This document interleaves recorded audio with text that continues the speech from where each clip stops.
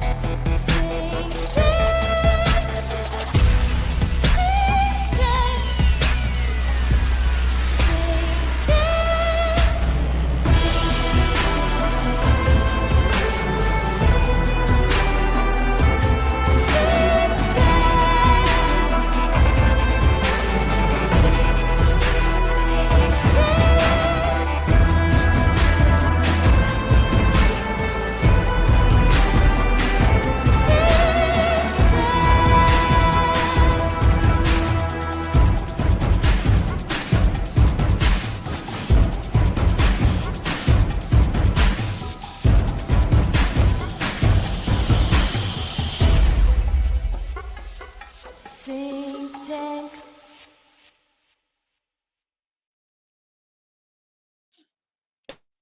Epic. So we're here together, which is beautiful. I love you all. The fourth way is my new friend. I just found out about him. He's been doing some pretty base memes. How are you, the fourth way? How are you feeling? Yeah, doing great. Woo. Yeah, that's fair. So this is his You're X still page. in He's got like Are the you still in 61K follower thing. Are you still in Germany? Say it again. Did I miss Are you it? still in Germany? Yeah. Hence the. I got I am in confused Germany. because you shared a clip from the past, and I thought that you were back at your place. Never mind. Sorry, I got like perplexed for a second, but no. Which thing was it that I shared that you were thinking of? You talking You've about been the sharing Hollow Earth clips thing, or? lately, and I saw a clip of you, and I saw the background. I was like, "Oh, Andreas is back," and it's like, "No, it was an old clip." I'm sorry. Whoosh. Yeah, no. Well, this wasn't supposed to be about me. I was going to tell everybody about this amazing page this guy has, but since you made me care about myself so much, yes, there's an Xirtus Clips page, Xirtus Amoeba. Make sure you're watching this. It's really great. We talk about crab people. If you haven't seen every episode of Synctank, seeing the Xirtus Amoeba clips is probably a good place to start. Also, Santa Claus was black before Coca-Cola, or at least Turkish and Greek. Who knows? But there was a point at some point. Here's the West Berliners trying to shake hands with the East Berliners. What was it? Oh, yeah, I remember now. I'm on Netflix. If you have Netflix, you should probably go watch In My Own World. If you haven't already seen it, the show where Vice spent like $50,000 or more to like travel around the world and send us to underground volcanoes and get remote viewers like Julia, the backup dancer for Britney Spears, to do psychic viewing. I thought it was great. If you haven't seen this, you should definitely see it. There's also clips of it and a full version of it floating around for those of you who don't have Netflix on Odyssey. So pretty cool. But this isn't about me. This isn't about me. You know what I mean? No, this is about the cult of life to an extent. I was really fascinated to find out about your X community group and all of the interesting philosophical posts that are going on here. At least my trauma made me funny. You know, this is a really fun community. It's one of my favorite things about X right now. I thought maybe you're just a chill guy, right? Why don't you explain a bit about what you're doing and you know, all of that and your love of Gurchief or whatever it is. Yeah, sure. So, yeah, I consider myself a bit of a psychonaut. Kind of got into psychedelics a while ago, and it kind of changed my views on just kind of reality and religion and, you know, philosophy and all these kinds of things. So, yeah, I really started just digging into a lot of really weird and interesting kind of thought systems, and kind of took a syncretic approach to you know, kind of forming my own, you know, personal worldview. And yeah, eventually I got to, you know, I kind of started this probably around like 11-ish years ago, I think I started taking like psychedelics and like doing like meditation and stuff like that. And it's been about like 8 or 9 years, just kind of hardcore, like researching, reading, just kind of doing all that kind of stuff. And then about a year and a half ago, I was like, I should start, sharing some of these things, just with other people, my own viewpoint. And so I, started a YouTube channel. I, started posting memes on X. I wasn't really expecting it to do much. It was just kind of a hobby, and it just kind of took off. I don't know. I think something about the kind of viewpoint I'm expressing is resonating with people. And I think there's a lot of reasons for that, which we can get into. But to not make the story too long, about 4 or 5 months ago, I think I started the Cult of Life community on X, and it's basically a group to kind of discuss some of the things that I discuss on my YouTube and Twitter page with memes and things like that. But I'm super into mythology, especially like ancient mythology. So the Cult of Life is kind of an homage to the ancient, Elysian mystery cults. They had a very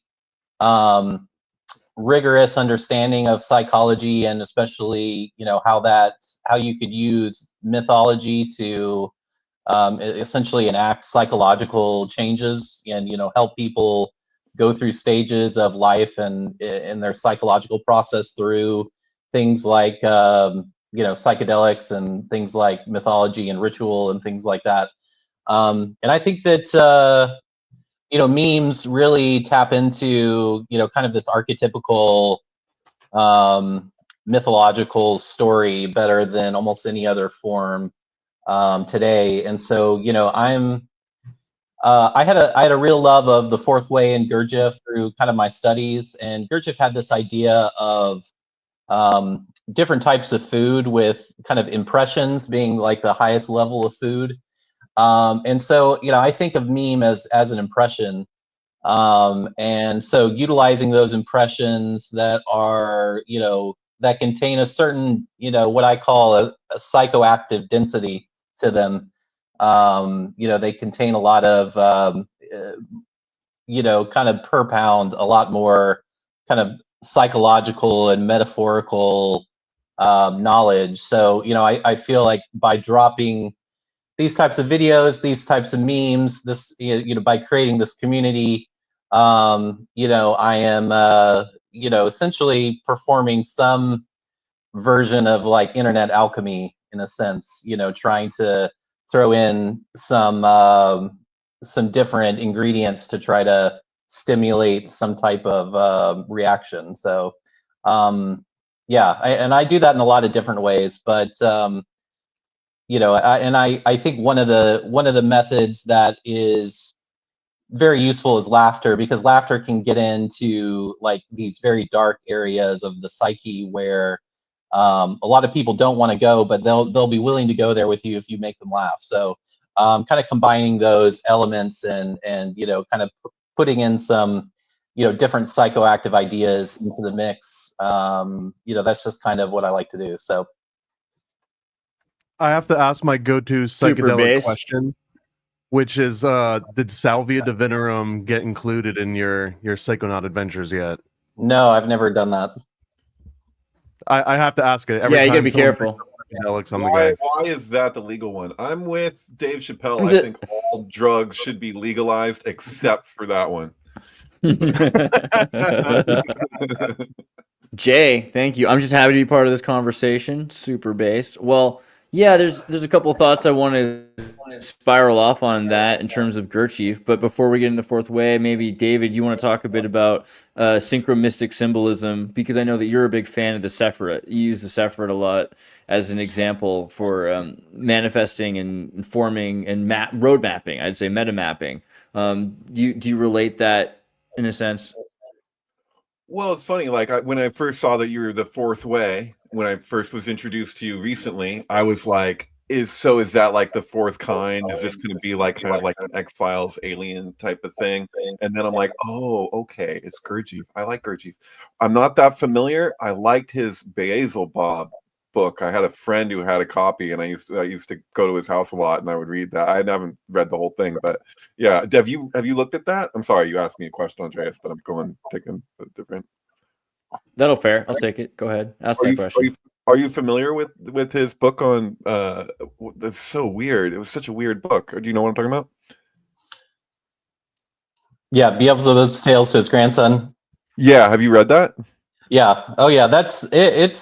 That's literally. It's probably one of the most, if not the most difficult book in the world, in my opinion, because he literally makes up. He was a genius when it came to languages. He knew, like, almost like 15 languages fluently, reading and writing and various things. So in that book, he creates like over like 500 to 1,000 like brand new words, where he just takes little bits of other words from other languages and smushes them together into these really big long words. Oh, is that what was happening? He made it very difficult. He made it very difficult to understand on purpose, because his whole thought process was, the more difficult I can make this to read, the harder you will have to work to understand it, and the more that will kind of bypass your cognitive kind of understanding and try to fuse it more with the other kind of elements of your intelligence. Because he really thought that you would become trapped if you just tried to understand it cognitively. So he literally made it as hard as he could to read, so that people would have to dig for it. Right. Okay. Well, that's an interesting segue to Andreas's question, because, like, for me, it's like when I look at Zohar, I think a lot of people would treat it that way. They're like, this is made intelligible in this purposeful way. At the same time, it seems more like it was the science of its time for those people. And so, like, it's like you'd have to be in that context to really grasp it. Whereas it sounds like what you're describing with Gurdjieff is more of like, he did this in this kind of like, this is what he's doing intentionally in this way. Like, if you're talking about, like, if somebody was to look at physics and they're not a physicist, it could feel like, is this intentionally intelligible? Like, you know what I mean? But I don't know. It's also, if you're just pointing at things that are archetypal too and universal, which is a lot of what I've also gotten from Gurdjieff. So maybe because that's been I've looked at, conversations with remarkable men and stuff. When I used to live at this yoga center, and it was on the shelf, and I would look at it quite a bit. I've never gotten through a whole Gurdjieff book, I confess. But those were worlds apart, right? So, like, I looked at that book, it felt like this is easy to see what's being communicated here. It didn't feel like it got into really like out there territory. Like, it felt really practical, at least what I saw of it. Yet the Beelzebub book is like, what the hell is going on here? Is this just like, I don't even know. But thank you. You've just clarified something for me, so I appreciate it. Yeah, and funny story too. There's multiple versions of it, because he would have like public readings of it to some of his students, and he would watch the people in the room as they were reading it. And if he thought that they were getting the concept too easily, he would rewrite it and make it more obtuse. That Crowley did that kind of thing too, admittedly, where he would want to make something more like a puzzle. So, because it doesn't have as much value if you don't get that aha out of people. I think Kubrick could be said to be doing that too, like wanting to, encourage people to use a different type of processing and critical thought, so that when they arrive at the point, it's not just like you're just giving them knowledge, just like willy-nilly. Like, they have to like not just earn their keep, but the value of that strike of insight that can happen with people. So maybe that's what he was going for. I don't know. You have to ask him. But. I wanted to draw an analogy to Aleister Crowley too, not to compare the two of them, but like Gurdjieff is the Crowley as what is to what. Like, that's usually how I get my base reference on everything. By the way, we're getting a little feedback here. I think it might be due to somebody's speaker playing us speaking, because I'm hearing myself and my volume's all off. So I don't know if headphones, if that's what's needed from somebody. It might be, it might be your headphones. Yes. Yeah, it might be the Fourth Way's headphones, maybe. I don't know. Don't want to point any fingers, but yeah, if you sound off on the computer, and if that's possible. But anyway, yeah, good question. Sorry, Crowley. Just the analogy, like SAT style, but like Crowley is to Gurdjieff as, I mean, you brought up Kubrick, or like what would be the equivalence here? Like what, like would Crowley be more occult, less occult? Would Gurdjieff be, you know, deeper, smarter? Like what's the delta between these two? I think Gurdjieff kind of operate. It's hard for me to say that one's more occult versus the other. I would say that Crowley was definitely more involved in like ritual magic and, you know, kind of the mystical, you know, theorizing of kind of, you know, magic in general, and, you know, a little bit about, you know, some other things, but that would be mainly what I would say Crowley is kind of known for. Whereas Gurdjieff is more about, it's more about self-development a little bit. Some people call Gurdjieff the grandfather of parts theory, which is very popular now. And, you know, kind of the understanding of your psyche and your organism in general, and how those can be kind of harmoniously, you know, synchronized to kind of advance your state of consciousness. So, you know, and Crowley talks about that to some degree as well. But I think Crowley was more about, you know, kind of getting there through like this, you know, kind of this ritualistic, you know, kind of a little more pagan type of, you know, kind of worship the gods and things like that. Whereas Gurdjieff was very, very focused on just your own personal self-development and your own personal evolution of consciousness. And he, you know, he branched off into there a little bit into magic. You know, there a lot of people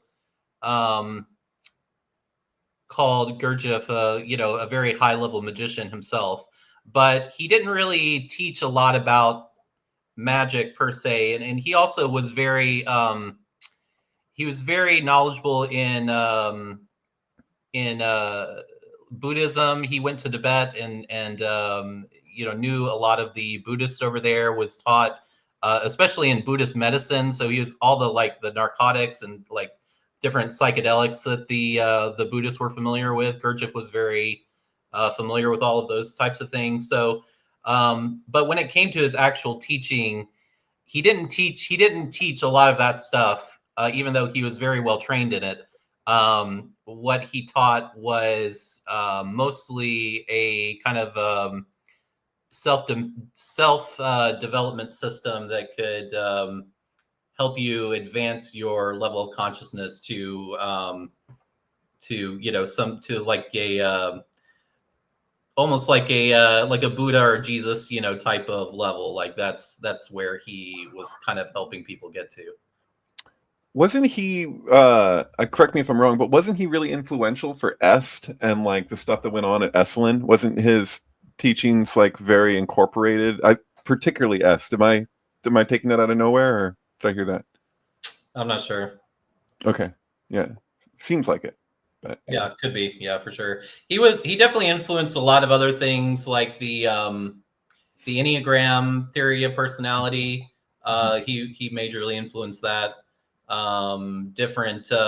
He's had a pretty big influence on a lot of Western occultism at this point, I think. Would he have said that he got that from Egyptian mysticism? Is that his explanation, or is that something other people attribute it to?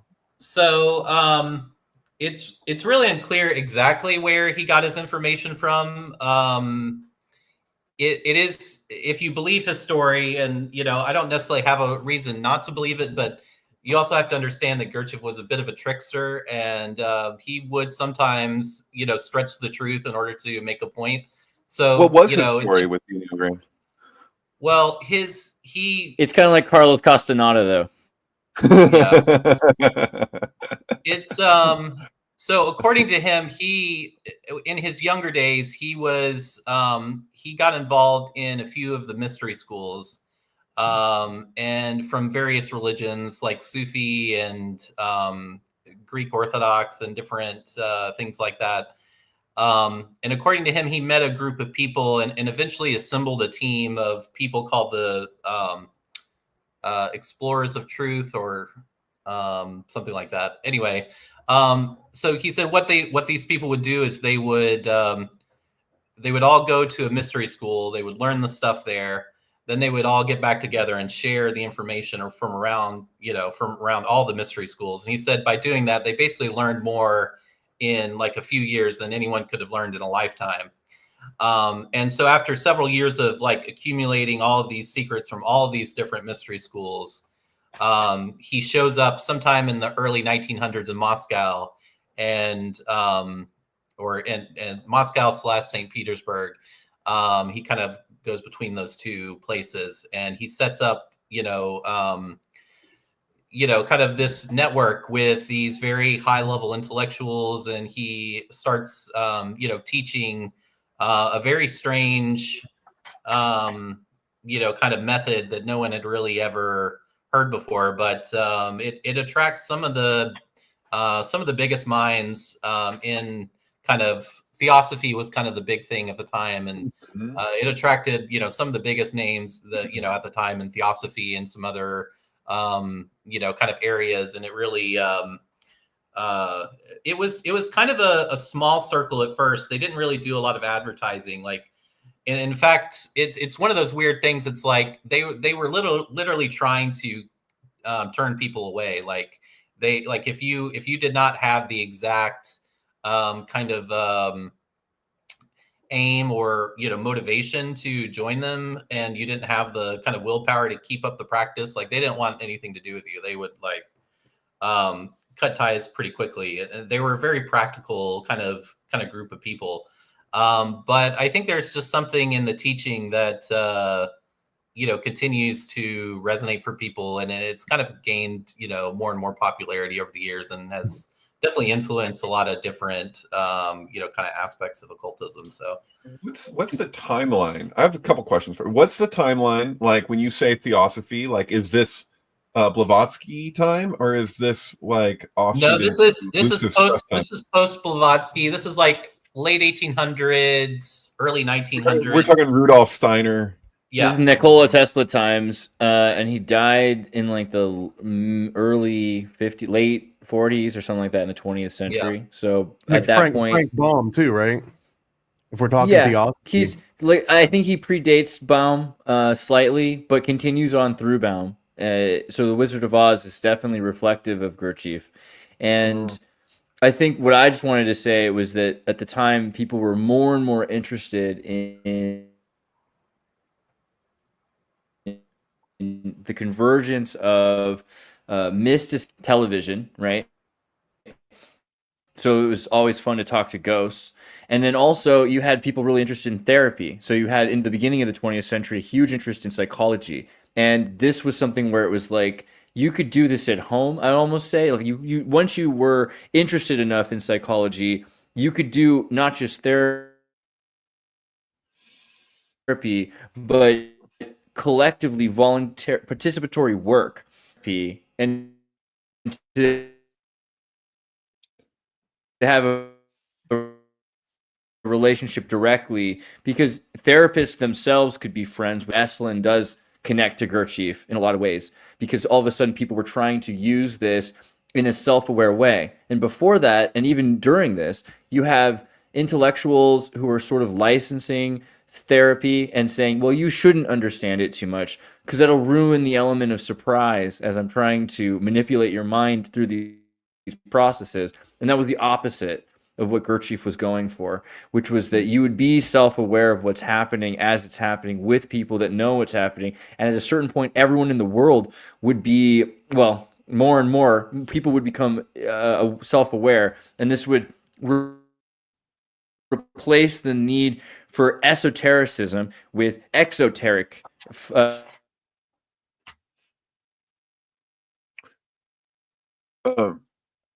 That's it, my rant. That's it. Okay, you went pretty max headroom there at times. It's just the glitchy thing from Germany. But you mentioned television, and I was wondering, did I miss in the gap? Were you talking about crooks? I'm not sure how television was fitting in earlier in that communication. No, but good point that at the time, because there was not television to watch, people were doing seances, Oh, gotcha. Okay. I right? thought you were So this was tying the in alternative that they did at the time. However, Crooks does That's it funny. does relate in a sense, though, because I think a lot of early television, Crooks himself and the creation of television had to do with seances and the mystical aspect of reality. And a lot of this was about how we could have a practical relationship with magic during a time where people were avoiding magic as they said, oh, this is all material reality. And so much of this was, hey, here's what the ancients were doing, like whirling dervish monks in Bosnia in Armenia was a major influence in Gurdjieff, and the idea of putting yourself into that whirling dervish headspace. This is something that's been around for hundreds of years before Gurdjieff, and it was something that was very practical. Let's figure out what the value is of this therapy, and let's try it ourselves. So a lot of people that were interested in Gurdjieff were therapists or were mystics already, and they were seeing how this could work on a level where we're aware, self-aware therapy, self-aware. So instead of therapy, again, work. It became all about doing the great work, right? And this was also, I mean, you maybe, because of my glitch, you'd be better to explain why this isn't the first way. Why is this the fourth way? Yeah, definitely. And speaking of therapy, yeah, it's really interesting that Gurdjieff attracted a lot of therapists at the time, especially some pretty big like Jungian psychoanalysts like Maurice Nicoll, who was like the chief, almost the lieutenant for Carl Jung at the time of psychoanalysis, and he met Gurdjieff once at a conference. Heard him talk and was like, "This is my guy." He sold his very successful psychological practice and moved to France to sold his house, sold everything, moved to France to study under Gurdjieff for a couple of years. And then he moved back to England and kind of became his own fourth way teacher.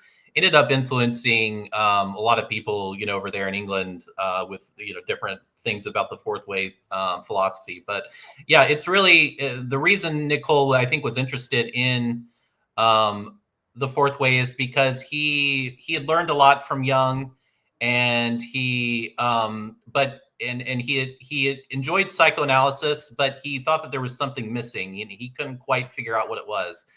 So he figured he needed another level of psychology to help him, kind of understand what was going on. And Gurdjieff was kind of the person that he chose to help teach him that. And then Maurice Nicoll goes on to write several psychological commentaries on the fourth way, which are very good, which I would recommend to everyone. If you're interested in the fourth way, check out Maurice Nicoll's psychological commentaries. They're very, very good. But yeah, so the way that the fourth way is a little bit different is psychology tends to go at it from a mental point of view, right? It's all about your mind and trying to kind of dig in there to figure out what's going on. And Gurdjieff said that the mind really is only one part of what's going on. And if you aren't also accounting for the body, if you're not also accounting for the emotions, then there's something missing within your psychology. So his psychology was very holistic and tried to look at your entire organism. So the reason it's called the fourth way is that I mentioned how Gurdjieff had went around to all these different mystery schools and had learned all of these things. He said that the mystery schools were usually set up into one of three categories. They were either teaching you the first way, which is the way of the body, the way of the fakir, which is essentially the way of will. So think willpower, like those types of people that will like hold their hand above their head for decades at a time or something like that, and they'll just keep it up there. That produces a very strong degree of will, and that will can then be sometimes they would take someone that had learned will, for example, from doing one of these exercises, and they would send them to a monastery to be taught as a monk, or they would send them to a yogi school to be taught the yogi methods or something like that. But he said the problem with these, then taking just one school is that you have to start all over again in another school. So you may learn will in one school, but then you have to go to another school and start all over again. So the second way is the way of the emotions. So that you can think of that as kind of like monks who meditate in prayer, and different things like that. That's these are ways of kind of purging the negative emotions and stimulating the higher emotions like faith and love and different things like that. So that's the way of the heart. And then the third way is the way of the mind. So that's the way, what he called the way of the yogi. That's essentially kind of the little more Buddhist, someone meditating, trying to clear their mind, doing different breathing techniques, to. Oh, you're muted. Can you hear me? Yeah. So there's the way of the body, the way of the heart, the way of the mind. Those are the three ways. So the fourth way is essentially a combination of all those at once. He said that it's the way of the sly man, because the sly man understands that if you can combine these exercises, you can cut down the amount of time it takes to advance. And so his methods were usually oriented around different exercises that could combine your body, heart, and mind in kind of one exercise, so that you wouldn't have to learn them all separately. Oh, that's funny. That's like the idea of when you're looking at the elements, where it's argued that you have like earth, what is it? No, you have fire, water, and air, and yet it's argued that earth is actually the other those three elements all as one, right? So it's like Right. that it's all taking it all together, and then this becomes its own way. That makes sense. Interesting. I like the meta fractal approach to this too, where you mentioned they had this Explorer Truthers Club, like one of the first occult truther clubs, but that they each sent their individual members out to go into like secret schools and come back and share all that, which almost seems like what even like the Eleusinian mystery schools also were. It was like this sort of like accumulation of different mystery schools. So like, what could we do? Like, could we each infiltrate a different Truther Explorer Club and then come back and share our notes, and then we come up with the fifth way? Like, is there a limit to like how deep? Like, is it just turtles all the way down? 19th way, man. Just telling you. And it reminds me, like, no, not 3-minute abs. Right. No. 7 little chipmunks sitting on a branch eating lots of flowers on my uncle's ranch. You know that old children's tale from the sea? Sorry.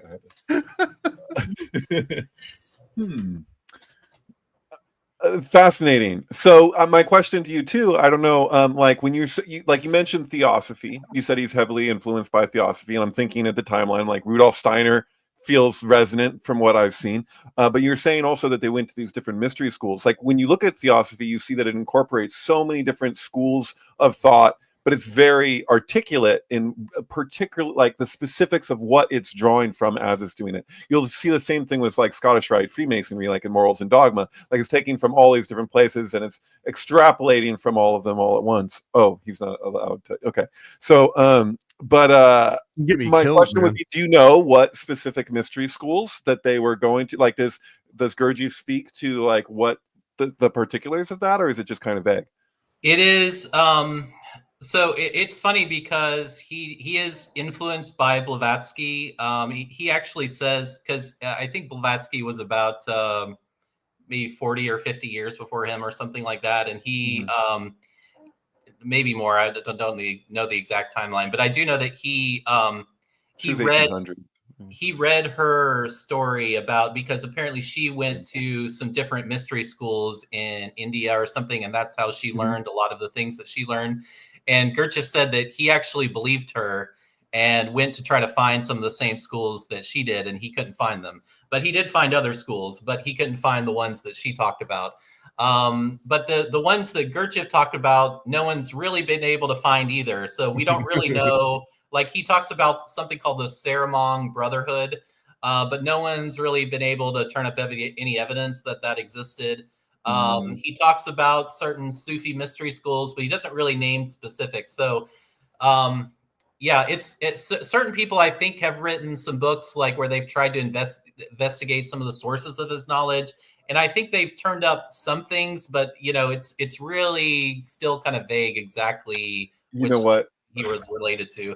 When you say that about Blavatsky in India, like it's really easy to just be like, oh well, so he looked for it. Yeah, it sounds like she made it, which she very well may have made that up or whatever. But the thing is that you can see from her that she was, as far as like Europeans go, like she's one of the very first to talk about the specifics that have now since been verified, particularly when it comes to Patanjali. So like, and as far as popularizing Eastern philosophy in the West, I don't know if there's an earlier source than Blavatsky for doing that. And the accuracy is pretty good. I think it wasn't until like Ram Dass with like Be Here Now that it became even more popularized, because this was just mainly for intellectuals who were being exposed to this through the Theosophical Society. But Ram Dass just like blew it open. And like, even if like for me, like I went in the Himalayas and I found Ram Dass's places that he had been to with Nam Karola Baba. I'm probably pronouncing that wrong, even though I've been there, but it's just like it's hard to find. And I'm talking about like with a road going up and up, it's still hard to find. So like I can't even imagine what it would be like to try and go and track any of that down at that time. It's difficult now. So, just saying, like, yeah.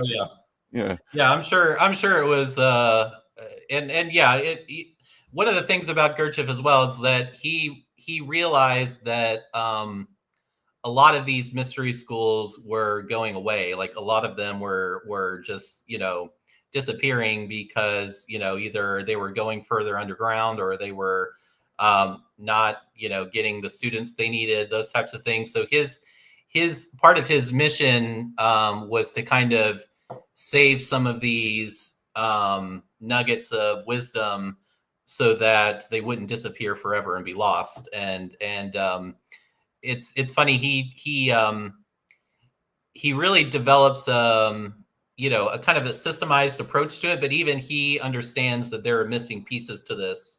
In it, Ouspensky's famous book In Search of the Miraculous, it's the whole title is In Search of Miraculous Fragments of an Unknown Teaching, and that last bit was Gurdjieff's idea, to name it Fragments of an Unknown Teaching, because he told him, what I have here are, I have this teaching that seems to be holistic, but there are pieces missing. And Ouspensky later kind of takes the system and it puts his own spin on it. But even he, towards the end of his life, is a little bit despondent about the system because he wasn't able. He went out and tried to find the missing pieces as well and wasn't able to do it. I think I have some theories about what they were missing, though, and I think that through modern methods like modern neuroscience and different things, we have better ideas about how the human organism works now. I think that they were missing a lot of the ideas of kind of the left and right hemisphere and kind of the points of view, the kind of different personalities. Gurdjieff has some parables that kind of touch on this a little bit, but I think that's missing a lot. And then I think the modern Enneagram theory that happened after Gurdjieff, sometime in like the 60s, which Gurdjieff actually brought the Enneagram, the current structure of the Enneagram, the picture of it, he brought that kind of into, kind of the modern view back in the early 1900s. But he wasn't using it as a personality tool. He was using it to design dances, and he actually did. He said that the Enneagram was a system, kind of a system of knowledge. You could take any formal system of knowledge and put it into the Enneagram and have it accurately represent your system of knowledge. But he wasn't. So I think he would approve of the way the Enneagram's being used, but he wasn't using it in that way. But he did. He was using that structure, and then later it became used as a personality tool. I really like it, and I think that just in my own personal practice, combining that with some of the stuff that Gurdjieff kind of taught in his system has helped me a lot. So yeah, I do think it's fascinating that. Sorry, I was just gonna say I do think it's fascinating that of all things to make its way into managerial theory and into particularly team assembly. How do you get people to work together, or what kind of job, like the DISC method for human resources and HR and all these things, that it's so intrinsically tied to such a deep form of esoteric mysticism, right? That's kind of cool. But of course, yeah, Gurdjieff was using it not so much for your personality type, but how you fit in with your environment and what is going on in terms of cymatic patterns as well, which is far closer to what we think now when we look at the musical cymatic tones of these windows, the stained glass windows for the purpose of healing. This was very close to that. How can we find a practical explanation for why these things that have helped people in the past work, right? And that's why I liked this particular picture, because it shows you how much he associated it with tonality more than anything, and that this was related to music and how that can really affect your chorus of harmonization, which it totally does make sense to use it for personality tests for that reason alone, but it's certainly a lot deeper of a concept that has to do with frequency. Well, I see this come up too a lot in writing. A lot of writers will use this to drive almost like a hero's journey, and it'll determine the like the actual character progression that their person goes through on all these different story arcs. I also have seen this relayed in so many universal ways. I've seen this also pointed out to Tesla's vortex math, and his whole quote about like if you understand the concept of 369, you'll understand the universe being applied to this same exact Enneagram chart.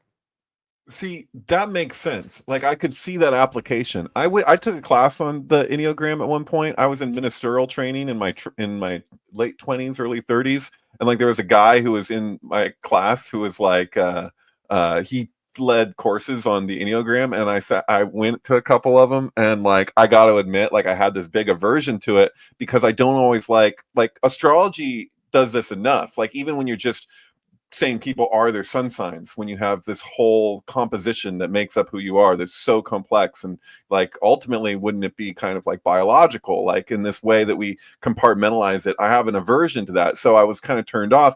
But then I came to find out that the guy was like taking not just the person leading the class, but like his whole school of thought was taking all these liberties from the way that Gurdjieff actually like related to this himself. And then at the same time, even this recognition where it's like, okay, so they're arguing to us that this came from Egyptian mysticism, but then the way it's being applied is almost just like boxing people in these certain ways. And it just felt really limiting, which seemed like the antithesis of what was being pointed at. So like, Thomas, when you point out like Tesla, like the idea that you could apply this in these kind of ways, and I'm looking at it and I'm like, it looks like geometry is a physics. Like here we have, the tones, like, everything's ready from the dark side of the moon, play the 5 tones. Like, I'm like, I could see that application. I have a strong aversion to narrowing it down to just these. Yeah, academia scarred you, like it scars all of us, and it does the worst injustice ever, which is making you hate learning and hate knowledge or information. I'll never forgive any educator for doing that. And another thing too, that Manly Palmer Hall used to cite this. I think he mentioned it in Occult Anatomy of Man, but he kind of describes like any great esoteric work can be interpreted at least 7 different ways. And I'm not sure if that number was arbitrary or not. He linked it to like 7 seals, but he made an example of the Bible, that lots of people read the Bible historically. There's people that read it geographically. There's people read it philosophically, theosophically. Like there's all these different ways you can interpret it. And it's almost like if you can read it frontwards and backwards under all these different lenses and it still holds up, then maybe that's like the litmus test for actual occult knowledge, like something actually worth passing from Sumer to Egypt to modern day into like a 1990s pop song. Essentially, like it's the same thing that keeps its form because the form is infinite. Mm-hmm. Hmm.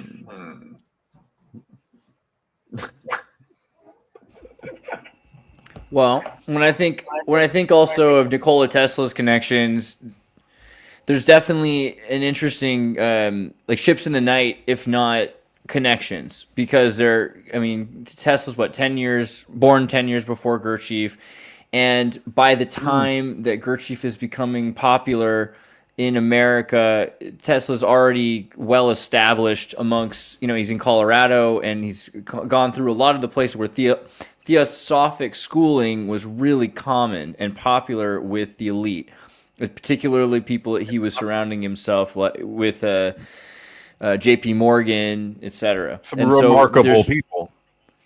Yeah.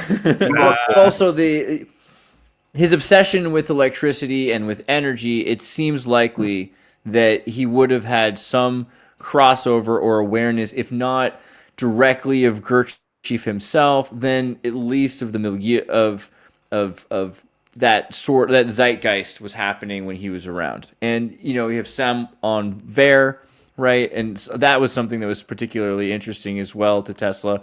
But Tesla wasn't interested in the sex magic. Not to say that that's the only thing going on, but Tesla was far more removed from some of the more physical he also didn't getting like together. Body hair or like fingernails or just people in general. He seemed to be a misanthrope in a lot of ways, which would be frustrating if every single esoteric path is leading you to sex magic and you're like, ew, like I don't want to touch them. Well, I mean, there's the basic principle of repression sublimation that you see presented by Freud is the main thing that you see in just every single psychoanalyst. It doesn't matter who. The thing is, though, is that there's kind of like a Descartes issue, right, where the separation of the mind from the body, and that's what I think you were speaking to earlier. What's your first name, by the way? Fourth Way?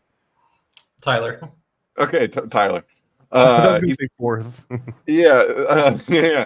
No, it's just there. I was thinking when you were describing kind of this breakaway from Gurdjieff from the Psychoanalytic Society's approach, I'm over here thinking about what happened to Wilhelm Reich, because he was very much about somatic therapy in all kinds of ways. I think people, the way he's popularized, kind of oversimplify it in a lot of ways, because they're just like, oh, sex, like it's all about sex. But really, he was acknowledging that we have one energy and it gets distributed in different ways in different parts of the body, and that it is this one energy. And so it's all about the directive, right?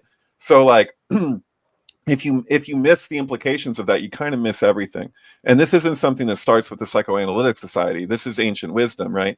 And Jung could kind of get away with pointing that out in a way that I don't think Freud could as well, because I've talked about this a lot. But yeah, Freud overtly drew from Zohar and Jewish mysticism, yet he was in circumstances where if he was to say so, that would not really help establish his thing is distinct. You know what I mean? Like the Psychoanalytic Society itself would get a lot of flack if they were really overt about that. Yet Jung, being Swiss, had no problem just being like looking at like, oh, I'm taking from here and I'm taking from there and all these mystical schools, because he had no conflict there. He didn't need to establish it as this totally distinct thing, whereas Freud did. So that always felt like this kind of unspoken thing. But then when you look at Wilhelm Reich, he's all about the body and the mind-body complex, right? So it's like, but I can relate Gurdjieff to Reich more than I can relate Gurdjieff to like Freud or even Jung, or maybe Jung quite a bit actually in certain ways. But yeah, it's at least in like Jung had more of like the personal aspect incorporated. Like if you look at the Red Book, like this isn't something that even anyone else needs to look at. Like this is very personal to Jung. And I don't know Gurdjieff well enough to know, like, is that what was happening with Beelzebub? Was he writing a book for himself? Was it kind of self-indulgent? What is it? I just wanted to say, though, also, like, you do in a weird way, David, because you love Stanley Kubrick so much. And Stanley Kubrick is clearly hyper aware of Gurdjieff and does all of these things, like the laws of threes, the laws of seven, even the 2001 Star Child. I think the Star Child, in a lot of ways, is the goal of the Fourth Way, that you're able to connect and process all of these schools of thought to the point of self-isolation and becoming yourself, right? And even, the idea of I'm thinking about this also just because of your video and it's not your most recent video, but I like to keep things topical. But you talked about Gurdjieff and AGI with the thermodynamic God. And so much of this video to me seems to reflect that, this idea of HAL 9000 and AGI, and this idea of what is the Star Child, and what is the difference between a god or a Superman, right? What is exactly do we mean by this anthropic nature? But I just wanted to yell that out. Ooh, yeah. Yeah, one of Gurdjieff's somebody I think asked him what his kind of objective was in his work, and again, you never know how much to take him seriously, but one of the things that he said was that he wanted to kind of create a completely new conception of God. Help everyone realize a completely new conception of God than they had ever, realized before. Because he had a different, even though he kind of considered his the fourth way to be a certain brand of esoteric Christianity, and I wonder if he said that because a lot of his students were Christians, and he was trying to attract a lot of Christians to his work. But also he grew up in kind of the Greek Orthodox, kind of environment. So I definitely think he does have this kind of conception of like Christ and Christianity. He held Christ in very high esteem, but he has a very different conception of God than your typical Christian, monotheistic version of God. In his perspective, God, there was kind of a God of the absolutes, and there's a God of like the void, and then there's the God of the in between. So like there's this constant interplay of worlds where they're kind of all intermixing in together, and he had this idea of God as kind of this thermodynamic engine that was he called it the trogo auto ergo caught. That's one of his big words that he mushed together from a number of different languages. But basically what that translates to is a system of mutual feeding. So it's like all the parts are it's like we eat the food, and then they eat us when we die. And there's this there's a system of mutual feeding upon the different elements, and all of it is this chain of energy that is constantly, and through each step it's refining the energy into finer and finer bits of energy. And it's kind of, humanity is one link on a chain. So our job is to extract a certain type of energy from the environment through our food, through our air that we breathe, through our impressions that we take in.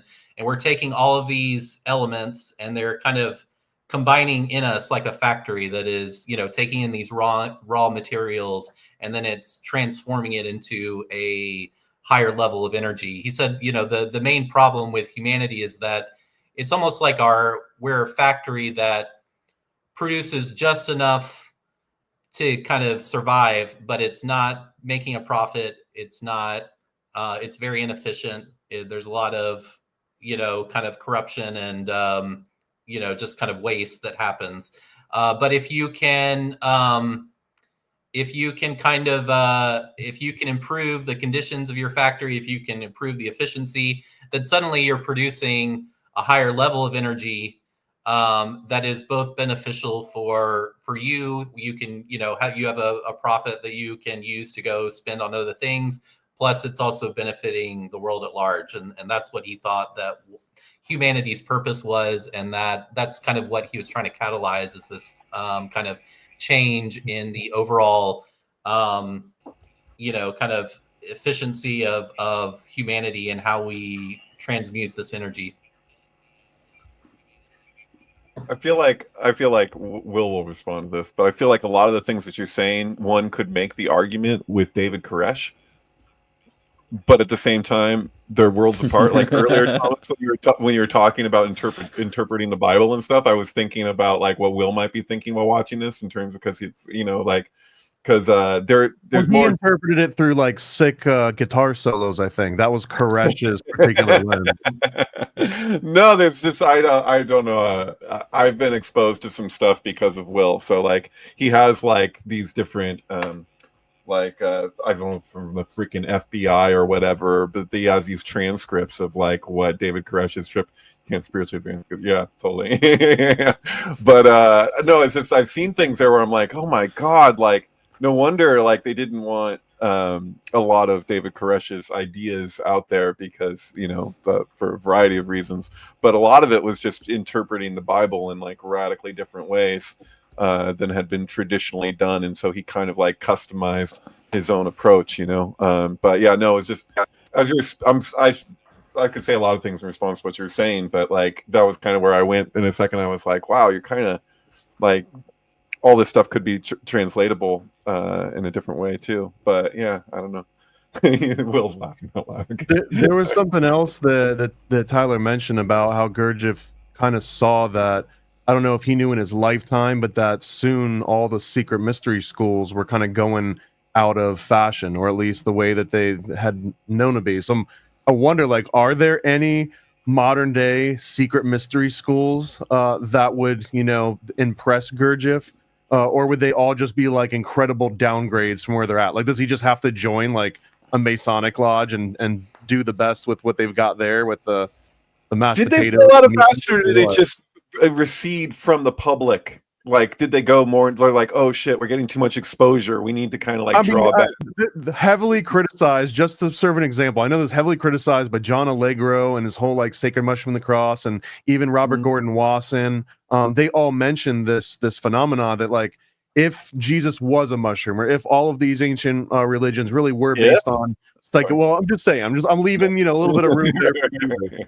But like, if you surmise that, then what kind of like one of the ideas that happened is that they kept it so under wraps, they made it so esoteric and so occult that the next generation of the priests also didn't like, they weren't in on the secret, so they start teaching the exoteric only and forget the esoteric, and then over time they realize, oh, there is something esoteric here, but we'll just kind of like make our own version of it up, and then at a certain point no one's eating mushrooms anymore and no one even realizes that it was mushrooms all the way down. So I mean, you could say like they go away, or maybe they're still there, but are they like still holding on to that same first nugget of wisdom that they started with? Good question. Oh, also, I'm sorry, Tyler. Did they? Does Gurdjieff speak to psychedelics like directly? Does he talk about entheogens? Is that a topic? He talks about drugs to a certain extent. Psychedelics weren't like the really a big thing until like the 60s or so, like, so it was a little bit, I mean, obviously they've been using drugs for a long time, but his form of drugs, he actually, so there's this experiment that he ran with this group of ladies in Paris called the Ladies of the Rope. It's a very interesting story, and like I mentioned, Gurdjieff was taught in Buddhist schools in Tibet on the use of different hormones and different narcotics to stimulate different spiritual experiences. He talks about this a good bit, and he doesn't describe the exact methods, but he talks about it from a general perspective that in the mystery schools, what they would do is they would very carefully give people certain drugs, certain narcotics. A lot of times they were opium or different things like that in certain ways. And they could allow people to do things like to see the future or to remote view or to different things like that. And he said this was useful because let's say that you were you had just entered a school and you weren't really sure if it was going to work out or not, or if it was even possible to do some of the things that they told you. They could give you this drug. You could see the future. You could see the possibility where you became this, kind of enlightened type person, and the vision of seeing that would give you the certainty to kind of to continue on the path or something like that, or different things like that. So he says that he was trained in various kind of methods on how to use drugs properly to stimulate different spiritual experiences. And so, but in his teachings, he really doesn't delve into drugs very much as a method. He teaches mostly about like discipline and willpower and different things like that. But the one exception is the Ladies of the Rope. And so spinning. The Ladies of the Rope were a group of the Ladies of the Rope were a French. There were a group of writers in Paris. Most of them were lesbians, I think. And Gurdjieff actually has he wasn't against, gay people or lesbians, but he did tend to think that it was in most cases some type of perversion that you should kind of, try to not get rid of, but that you shouldn't really focus on. But he wasn't against it in general. It was just he was against most types of sexual perversions because he thought it went against the work. Not that he was against sex, because he was definitely having sex a lot and didn't prohibit Sometimes with these lesbians. Yeah. But anyway, so this group of lesbians actually came to him and was like, can you help us kind of advance our safe consciousness? And he said yes, but we're gonna have to use some we don't have a lot of time, and you're most of the women were kind of beyond the age where it becomes a lot more difficult to kind of change your behavioral patterns. So he's like, we're gonna have to use some extreme methods to kind of juice this up a bit. So he gave them and we don't know exactly what he used, but we know that he used some form of narcotic and some form of hormone injections on them. And and they according to and he worked with them about a couple years, and the general consensus is that the group evolved very, very quickly, much quickly than his other students did. And a lot of people credit that to the drugs that he was giving them. So he was clearly quite skilled and knowledgeable about drugs, but I would say most of his teachings involve a non-drug method, but it's clear that he did have kind of that knowledge as well. Right. Well, it also sounded like the. Go ahead. I was gonna say it sounded like the Hashashins too. It's how the Hashashin order would convince people to like do all sorts of assassinations, was like fast tracking them onto, oh, you don't believe in God? Here, take this. Okay, now that you believe in God, listen to what I have to say because it's super important. Yeah, I don't know. I never got that about how hash would accomplish that. Like, it never made sense to me. Like, and also, well, like, you got to imagine. You have to imagine how they did it. That's not how that worked. No, so what they did, I mean, granted, by the way, people like today, Muslims will tell you it's a lie that the Knights Templar made up, and I don't know what's true, but I believe the story because I grew up hearing the story. So to me, the way I imagined it and the way I was told it is, you're told you're going to go on this amazing expedition. It's a special adventure. It's a rite of passage. You have to get ready, put on your backpack. You have all of this all of the things you're going to need. Very Luke Skywalker. Your weapons, you will not need them, but you need them. Yeah. You got a Dagobah thing, and you have to have your pack to start with, which is in that case. Yeah. Yeah, and a Pilgrim's Progress kind of aspect to this too. So you give them this huge wad of hash butter that's maybe 1,500 milligrams or 1.5 grams or 2 grams, and you've never done hash before.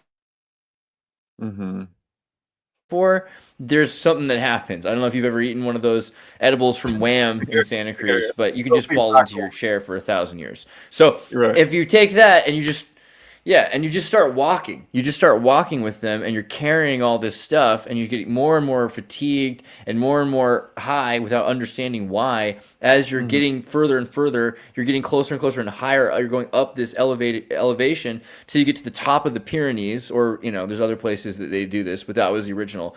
It's at the top of the Pyrenees, and it's crazy beautiful up there. It's thin in the air. It's really cold, but you're super hot and sweaty and super high and surprised that's happening to you. And you're hyperventilating. And then they're like, drop your pack, drop all this stuff. We're here. Do you feel that? Yeah, that's God. And that's kind of a thing that would probably stress you out for the rest of your life. That they tell you, look, here, you've actually come face to face with this thing that's so inexpressible you can't even see his, it would kill you, and you actually feel like you're in a certain amount of pain because you're a great soldier and all of a sudden you're feeling so out of it. I think that would be enough for some people, particularly if you're a religious group that's trying to avoid giving people drugs. And there's all kinds of cool drugs out there, but some of them are pretty dangerous to give to a soldier.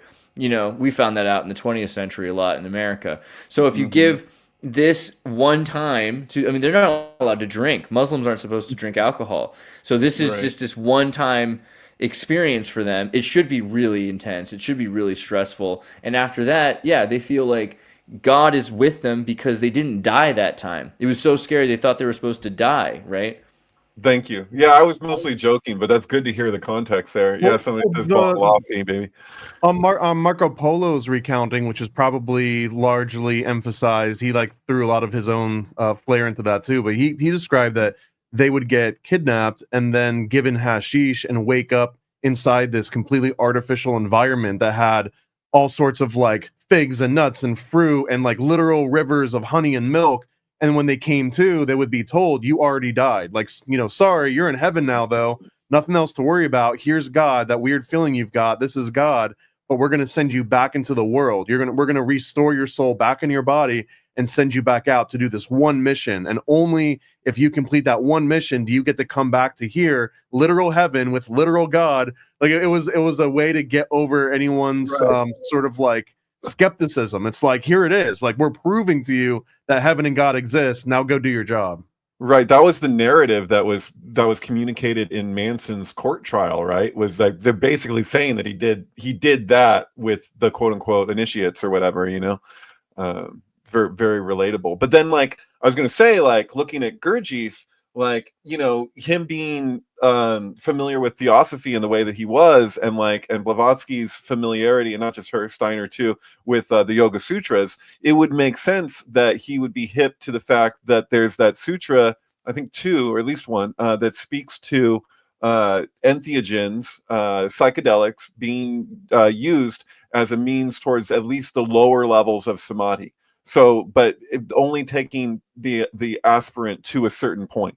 So, like, it's not going to take you to Kaivalya, but it can assist in Viveka-Kyakti. In other words, you can establish yourself in a certain level of discriminative intellect, and this becomes an assistant to it. Yet it's not the means to what's the higher levels and what's beyond that, which is his kind of fundamental focus. So if it ties all the way back to the Eleusinian mysteries again, they had the same formula, right? That sometimes it would be your only chance in your entire life to do this kaikion, which they also don't exactly know what it was. It was like wine, but wine back then had all sorts of like psychoactive elements in it, mixed with LSD and soma, but that too, it. Like, I always wonder, were they just all taking like the fast pass? Were all those just like cheating, or is there something inherently profound about that psychedelic experience? It's not the thing. It's like if you were describing a film or something, we treat it in the spectator kind of way, like, oh, you take this and then this happens. But really, it's about what you do and what you bring to it, and like what Tyler is saying about the discipline aspect. Like, it's all these disciplines that you've what it is that you've integrated into yourself that you bring to the experience. It's not going to do anything for you except this one thing, and the rest is your doing. You know what I'm saying? So yeah, it's one of the things that annoys me about the psychedelic attitude sometimes, or like it's like what Kubrick called the psychedelic fascism, you know, where it's like there's this kind of idea that it's just like you take this and then this happens and that's all there is to it. It's like, oh, did you see that movie? You know what I mean? Oh, I took, anyways, I'm sorry. Well, I mean, just in terms of the lays of the... Yeah, true. I was going to say lays of the rope, though. It's important. The more you get into that and you realize that there's also not just drugs, but it was hormones. That I think it's an interesting thing because it was early on before people really understood how much hormones played at that time when everyone's thinking that Freud's... This is actually slightly before and during people thinking that Freud's right about everything, that it's that you want to have sex with your mother. And he's thinking, actually, maybe there's something else to this. Maybe, and then now we know like serotonin and everything plays into this so strongly. So finding neurodivergent people and trying to work with their biopharmacology was it was completely out of ordinary at that time, and yet it's the most absolutely practical thing that we know today. Mm-hmm. Yeah, it's Gurdjieff had a lot of knowledge of the physiological system and how it merged with the, you know, kind of the mental structure. And I think he learned a lot of this from another interesting area that we haven't touched on yet is his career as a hypnotist. He was very much into hypnotism. He learned he tells the story about when he was in touch with a lot of Sufi mystics around kind of the area where he lived. And he said that he would sometimes travel to these different, very remote Sufi tribes, and he noticed that a lot of these people, they would, let's say that they're, you had this like tribal family, and the parents needed to go out and hunt or like forage or something like that, and they needed to leave for a few hours or a day or so. They would literally hypnotize their kids and draw a circle around them in the sand, and they would tell them not to leave the circle, and they wouldn't.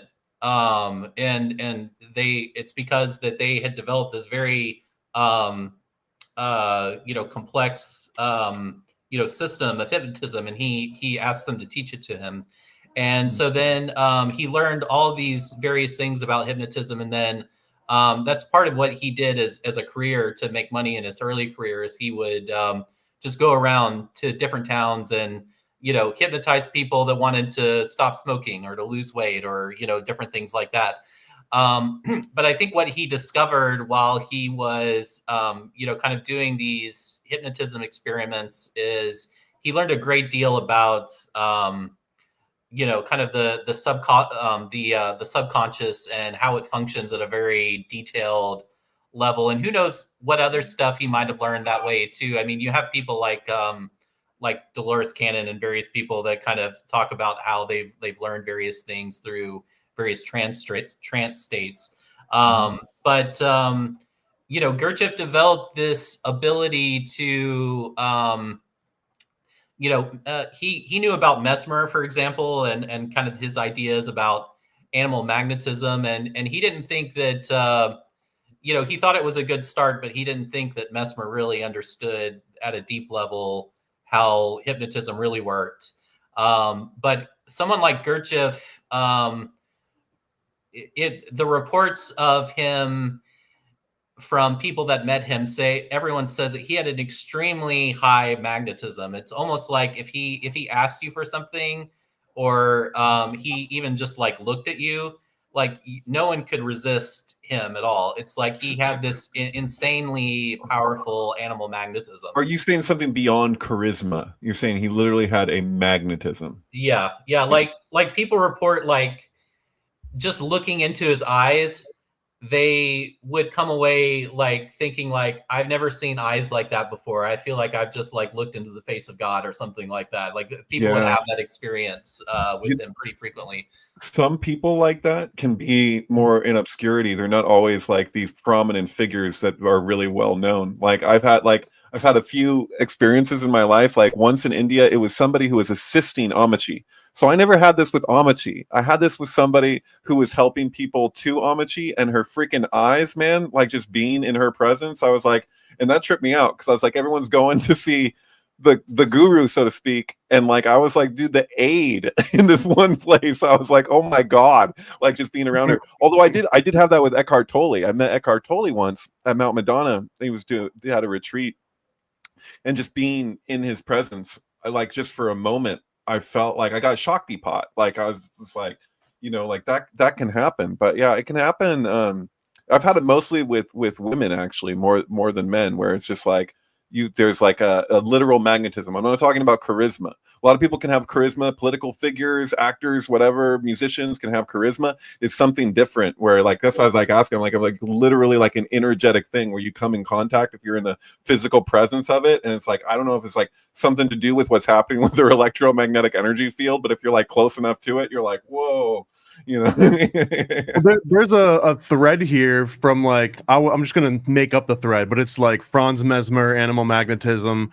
Gurdjieff almost sounds like he's like a midpoint to then like Milton Erickson, because Miltonian hypnosis is something that Tyler mentioned before too, about Gurdjieff, that he took the esoteric and started making it exoteric, or this like concept of exotericism, and that's in a strained way what Miltonian hypnosis is too, where Milton Erickson, he basically looked at all these the current version of hypnosis that came directly from Mesmer. It was very much theatrical. It was like, look at this, pocket watch, and like you're getting sleepy. It was like very vampiristic, this approach to it.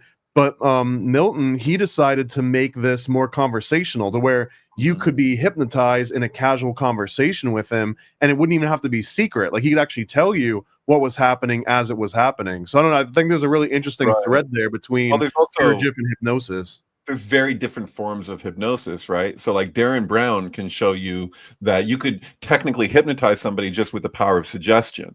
So like if your hypnosis is really just getting them to go a certain way, or to do a certain thing, or to respond, how you want to influence. Like, so there's like influence is one thing, and that's a manipulation type technique. And then there's also like hypnosis where somebody's actually doing some major like subconscious processing and kind of like rewiring themselves in like a more impactful way than just like, oh, you got them to tell you that they wanted a red bike for Christmas when they really never thought that before. You know what I mean? Like, that worked on me, by the way. It still blows my mind to this day. I saw that Simon Pegg interview, and when I swear to God, out loud, I was like, I want a bike, and I was like, why do I want a bike? Yeah.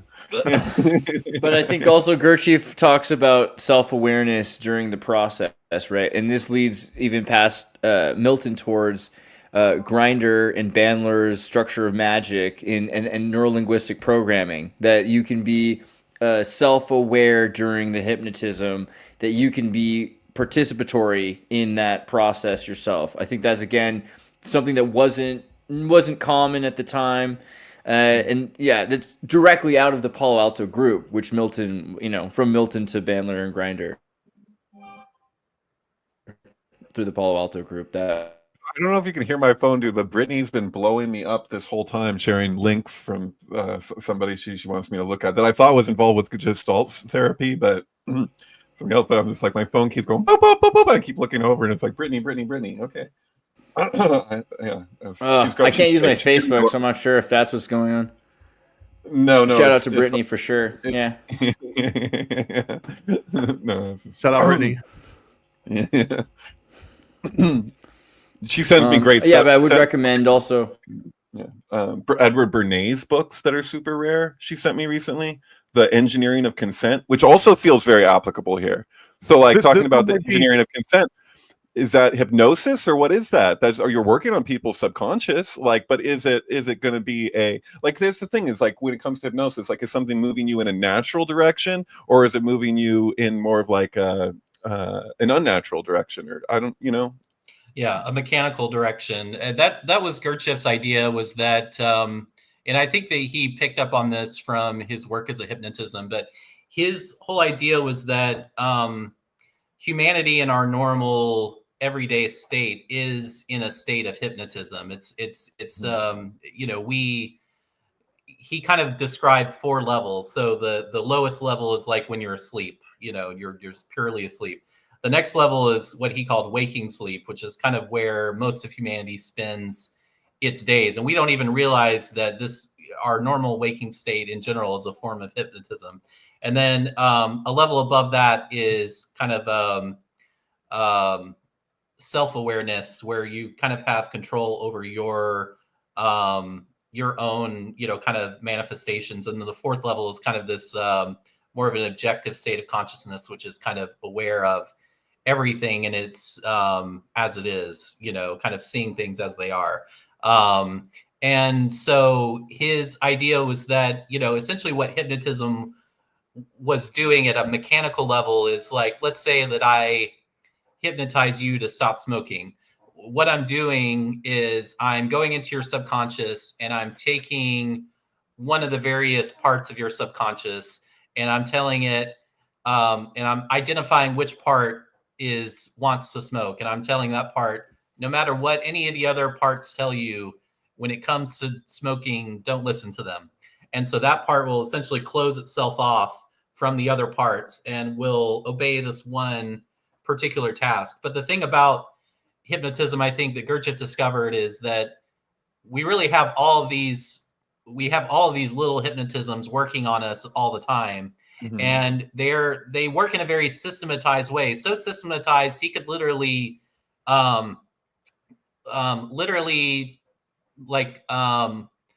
get people to do things that they wouldn't ordinarily do. Like, for example, there was this dinner party one time that he was invited to. This is one of his most famous stories. And this is why you should never upset a magician. So he's invited to this dinner party, and these people are only vaguely familiar with him, but they're kind of these like aristocratic, highfalutin type people, and they're kind of looking down on him. You know what I'm saying? They're kind of like, we don't believe your methods work. You know, blah blah blah. Yeah, I mean, you know, they're kind of like not taking him seriously. And so he's like, okay, I'll show them, you know, how their subconscious really works.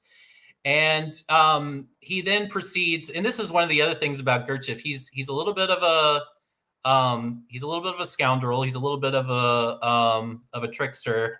And even though he kind of, like I mentioned, he has this incredible animal magnetism, and he could probably, you know, get people to worship at his feet if he wanted to. He was a lot of times very abrasive, and intentionally so. He liked to step on people's corns, is what he would say. Like, he would find your weak spot in your personality and he would intentionally press it to try to get you to react. And in that reaction, he would be showing you your shadow side, essentially. Mm-hmm. And so he was very good at doing this. And so he's at this dinner party, and these people are not believing that his methods work. And so he decides to essentially show them a practical demonstration. And so he basically starts insulting them. He starts picking at their little scabs that they have in their personality. He's pushing buttons. He's irritating them. But at the end of the night, it's almost like they're all in this trance, and then everyone starts it's almost like they're about to start an orgy. Like, they start kissing on each other. They're like, start getting undressed. And then before things get like too far out of the way, he kind of stands up and says, "Now my experiment is over," or something like that. And everyone like snaps out of the trance and realizes what they were doing. How they got their underwear on their head. They're just, yeah. What? And like they all realized that he had completely instigated this entire thing, and he was, you know, so he was extremely capable.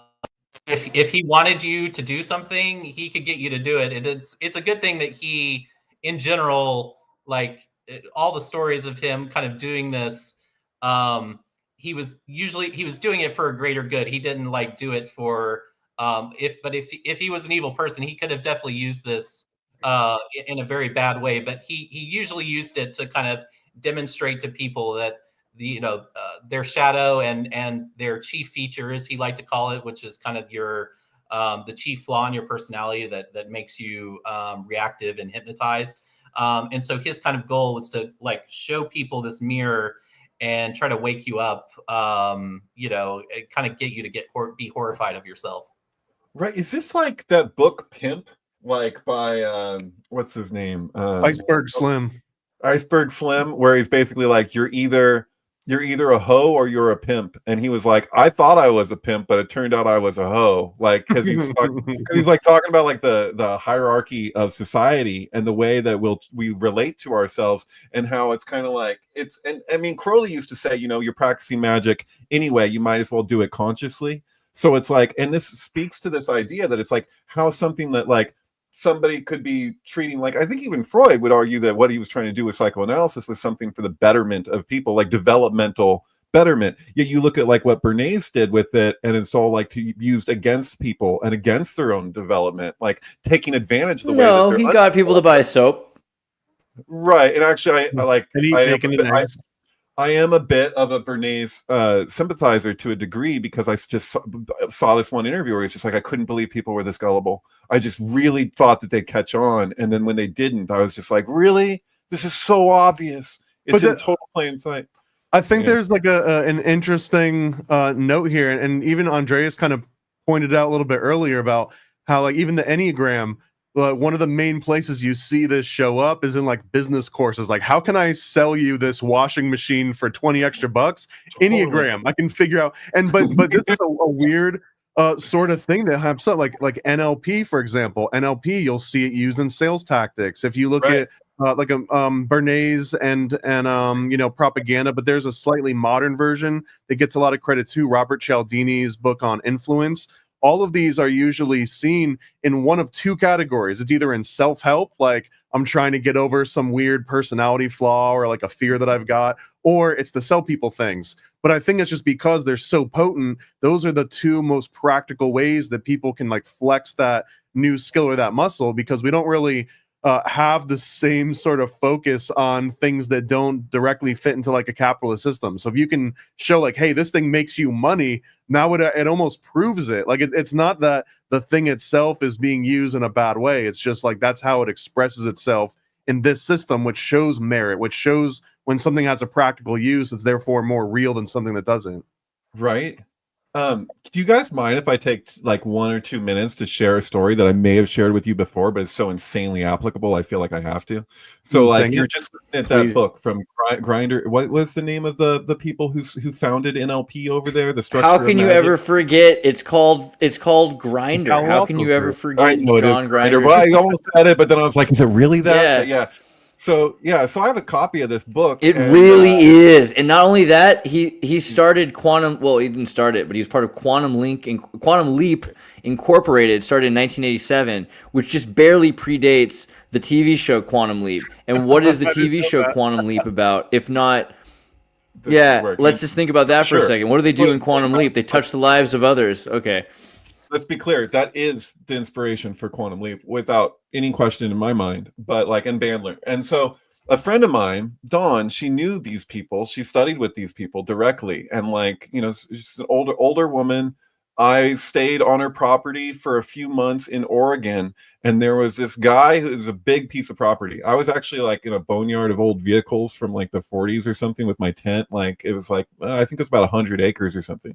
And, one day, this guy who was living on the property, who's kind of edgy character, who was friends with the owner, he drove a big rig, and his big rig turned sideways. So like he was drunk, and it was his job. And so he ditched his vehicle and came to the property. And the first thing he decided to do was on a tree stump, cut off the tails of my friend Dawn's cats.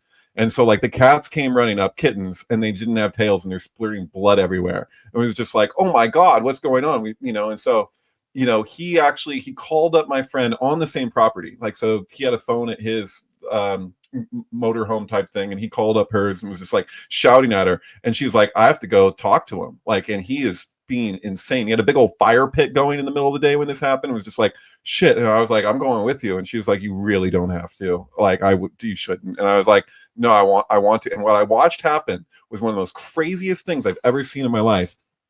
In terms of like exchanges, like he was just when they met halfway, he just started screaming at her all this stuff. He was articulate, like he was drunk, but he wasn't like slurring his words. He was talking shit to her, and he was screaming it at her, and she just stood there, and it kept on going and it kept on going. At a certain point, he started to get like tripped up, and like he just like froze, like he was like shouting all this stuff, and then he just stopped. And then she said to him, she said one thing. She said, well, if you could change all that, would you? And he like really quickly, like as a reflex, went like defensively, went, well, yeah. And then she didn't say anything else. And then he started to look like he had just been like molested or something. He got really uncomfortable. And then like he started to walk away, and he looked back like a couple times, and he just walked back to his trailer. Like, what just happened? And I was like, what the fuck was that? What just happened there? That was insane. And so like this woman introduced me to NLP. She also introduced me to tarot she was the reason why I went up to Mount Madonna. It's a long story, but anyway, she told me, cause I kept on asking, I was like, well, what's that? And she goes, okay, well, if you really want to know, this is what happened. what I first did, the first thing I did is I looked at his blinking pattern and I went in unison with it. So as he was blinking, she blinked simultaneously with his blinking. His chest was moving in and out. She aligned her chest to move his heart rate was raised, her heart rate was raised. She met him exactly where he was at, and she's like, basically, like, you can't really do this mechanically. Like, you have to like allow yourself, if this really is to work in a genuine way, you have to be completely vulnerable. So you're like basically one with the person. So she was just like, she aligned herself with him as he was processing and as he was saying all this shit, where she was just, and then she eased it down incrementally. So she would like shift the blinking, because she was like, your thoughts and your blinking are connected. So he's blinking really fast because he's fucking angry and all this stuff. And she's like, she just incrementally like brought it down. And what happened is she said that the only thing that she said was very specific, that it put it all on him. The responsibility was all on him. And it was presented in such a way of like, isn't this what you like? It was an invitation. He met the invitation and then he got weirded out because he's like, wait, what? And it was all on him, but not in a combative way. There was no combat. So she wasn't against him. She was just like, you know, like kind of like with like he's saying all this. So like, I watched that happen and I was like, how the fuck? And she was like, that's NLP. And she's like, that's how I use NLP. Some people she can use sold them a NLP timeshare at the end of that too, probably. That's it. That is actually it. And that's the thing about like Scientology. It's like they'll do these real exercises that people can have genuine breakthroughs. And then they'll be like, okay, now here's the other. Now it's all about L. Ron Hubbard or whatever they want it to be about. And people just use that in cults of all types. The thing is that she doesn't use it that way. So she's just like, this is like, you know, it's like goes beyond nonviolent communication, which has been popularized and can tend to be mechanical, where you're like, so what you're saying is, and then they'll repeat what you just said, but in a completely different way. It's like not really what you said, which can actually make you more defensive, which makes it more violent. You know what I mean? Like, it's like you can provoke violence with nonviolent communication if you're using it in a mechanical way and trying to be manipulative. But she wasn't manipulative. She really did the thing, you know, and she studied with those people who founded NLP. Potato. It could be manipulative, just not with the negative connotation that goes with it. Right. It is manipulative, but at the same time, what did he want? He was in a place of total freaking misery. He just chopped off the tails of these cats out of frustration. Like, he was in hell, and she assisted him out of that. So yeah, she manipulated him out of that, but it was a positive. He was frustrated and thought, how do I get myself out of this rut? And then I just start looking for kittens. He was on one, man. He was freaking out, yeah. And he was like, he's gonna lose his job. He's drunk. Like, it was bad. But yeah. And then what's become of NLP and how is it being utilized today in the business world and everything else? Like, it's crazy. But funny enough too that Grindr. Yeah, and that's the Tinder thing. have It's business world, like. Yeah. And he's working with Carmen, and he's got this thing called New Code, which to me sounds like new speak, and you know, it looks like toothpaste. But there's got to be some reason for that. I don't know. It seems to me like the more you look at mainstreaming this stuff, for a while it seemed inevitable. There was in the what the bleep do we know down the rabbit hole kind of period of the early 21st century. And I think maybe Nexium kind of screwed that up, and maybe we're a little off on that, but I don't see neurolinguistic programming nearly as center stage as I thought it was. And maybe that's just because we're from Santa Cruz. We're from where they were from and where they tried to push it. So it seems like it's so ubiquitous, but around the world it seems so much less ubiquitous. And this is also to the relation of the psychonaut thing that you were bringing up, Tyler, that so many people are not in the mystery schools. It's almost crazy to imagine how many fewer people past you at least had more lodges and societies and orders and things like that. And today, maybe I'm wrong, but it really does feel startlingly lonely for an initiated person. There's in the past, at least you could imagine that there were more people that were thinking these thoughts, had been aware of, read these books, whatever the thought is. We're further and further into the Bernaysian century of the self, and I don't feel a heightened awareness. I feel like more people are in a mental fog than ever before. I mean, is that me being black-pilled and cynical and pessimistic, or do you think that is there any truth to that? Yeah, I think it's true. It's I do think it may be that things have to get worse before they get better sometimes. But I do think that there's definitely a trend towards isolation and kind of more like almost schizophrenic type of characteristics of like just kind of being. We don't have the social cohesion that we once did. People don't join, and it's not just like occult groups, it's groups in general. People aren't joining as much as they used to, and people are more isolated. They're more likely to leave their community. And and the internet is, I think, probably contributing to that a degree. It's easier than ever to connect with people, but at the same time, it's a little bit more of a surface level connection in a lot of cases. So that's one of the things, one of the reasons I kind of started the Cult of Life is to try to bring some of that kind of sense of community back to kind of a more of a cult topics and things like that. But it's definitely hard. But I think that there is I think that there's a leap of consciousness happening just in general out there. And I think more and more people are, even though society as a whole is maybe in some ways getting worse, I think that there are more individuals than ever that are waking up. And I think that it wouldn't take very much for those people that are, kind of waking up to help change the momentum of, kind of where the state of consciousness globally is going. So that's one of the things that I'm, attempting to help with. Somebody asked, question for Tyler Forthway. Where can we read about Gurdjieff's culinary interests? So, yeah, one of the interesting things about Gurdjieff is he was reportedly an extremely excellent cook, and he had all of these very strange and unique dishes that he would give his students, and he almost used it like a food and drink as kind of another method of kind of a way to alter your consciousness. He had he would often create these what he would call I think Turkish dinners or something like that with his students, where he would just create this like huge feast of very weird dishes with very exotic spices and things like that. And he would actually consume very little of it himself, but his students would be able to taste a lot of various types of flavors, and then he would put them through what he called the toast of the idiots, which was essentially a drinking game that he made up. One second.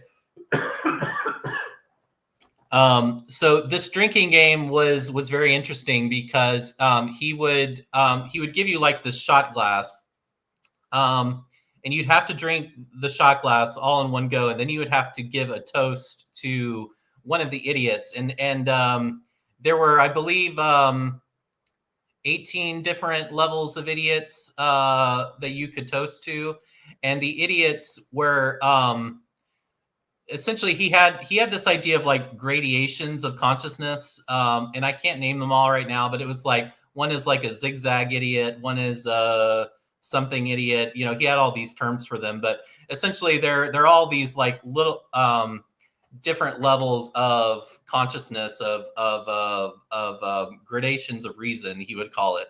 And so you would give a toast to the idiot, and then you would do another shot, and then you'd give another toast to the idiot, and then you would do another shot. And he would get these people like flat out drunk. And he said that, oh, there it is. Yeah. So you had all these different versions of the idiot. And then he said that, basically he was using it because he thought that kind of the drunker you got, the more your shadow was showing, and it would kind of bring it out of you so that you could view your faults. And so and so the drunker he could get you, the more you could like see your shadow, something like that. So that was kind of the goal of his dose. This is like the Star Wars game where you just take a shot every time C-3PO acts like an asshole, and you're gonna be pretty floored by the end of that. But yeah. I like that idea though, that you're relating to the thing that you would consider the adversary, that it's actually that's the place of transformation, right? Like you're saying, like it's like the thing with the pain body. It's like to activate the pain body is an opportunity, is the greatest opportunity for transformation, rather than all the other times where everything's just on a certain level. Like to have that heightened reactivity is to bring it to the forefront where it can be seen and shown. It's like bringing something out of the shadows. That makes a lot of sense. Yeah, he was very into conflict. So like he thought that if you weren't in conflict, then you were going to be stagnant. The conflict with yourself is where the energy is. And if you go into that conflict and you actually struggle with yourself, you're producing a certain form of energy, and that energy is accumulates in you as a sort of like self-knowledge. And so the more of this energy that you accumulate through the struggle against your ego, against your shadow, against the things that that you may want to do but that you shouldn't do, type of thing. The more you really struggle with that internally, the more kind of that self-observation turns into something that he called self-remembering, where you kind of you almost like go back to the source of your qualia in a sense, and you're able to cut through what he called the formatory apparatus, which is kind of like the mechanical part of the mind that forms automatic impressions. And you're able to cut through that, and you're able to essentially sense your feelings and your bodily sensation, kind of the whole structure of your being. You're able to sense that, and you're able to sense the information coming to you accurately, and not through this filter that's distorting it and creating a false narrative around it. But you're actually able to really understand what your senses and your emotions are telling you. Would Gurdjieff have been like a heckler or like an internet edgelord? I do think he would be. Yeah, he might be definitely a trickster. Definitely would be pushing buttons and riling people up. He's your president and just posting pictures of Trump. I can almost see that as like, you're not mad at me, you're mad at your shadow. Not my fault. Exactly. Yeah. There were I can imagine him being far closer friends with.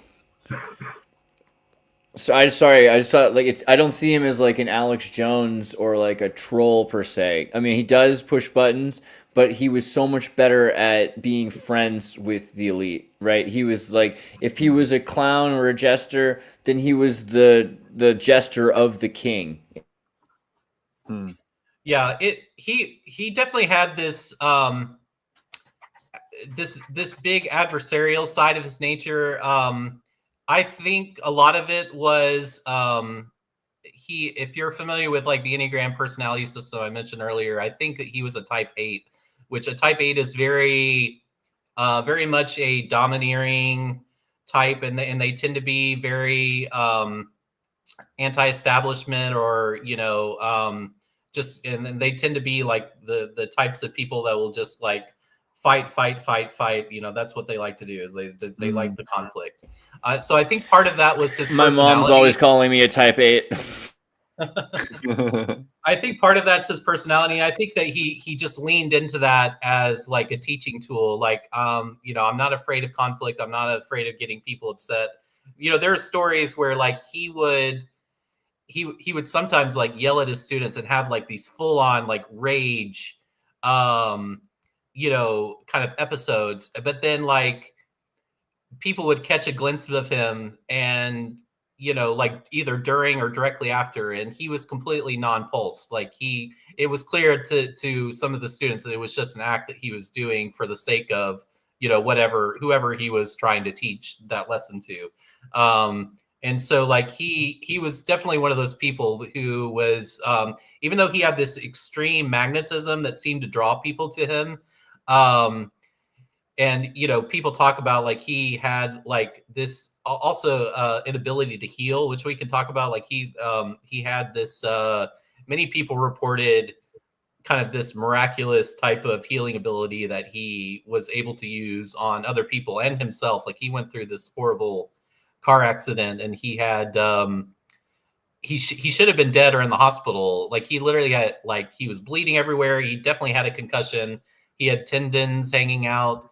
Like the guy should have been in a hospital bed, and he was walking around drinking tea like nothing had happened. So Like wind up cars, man. yeah.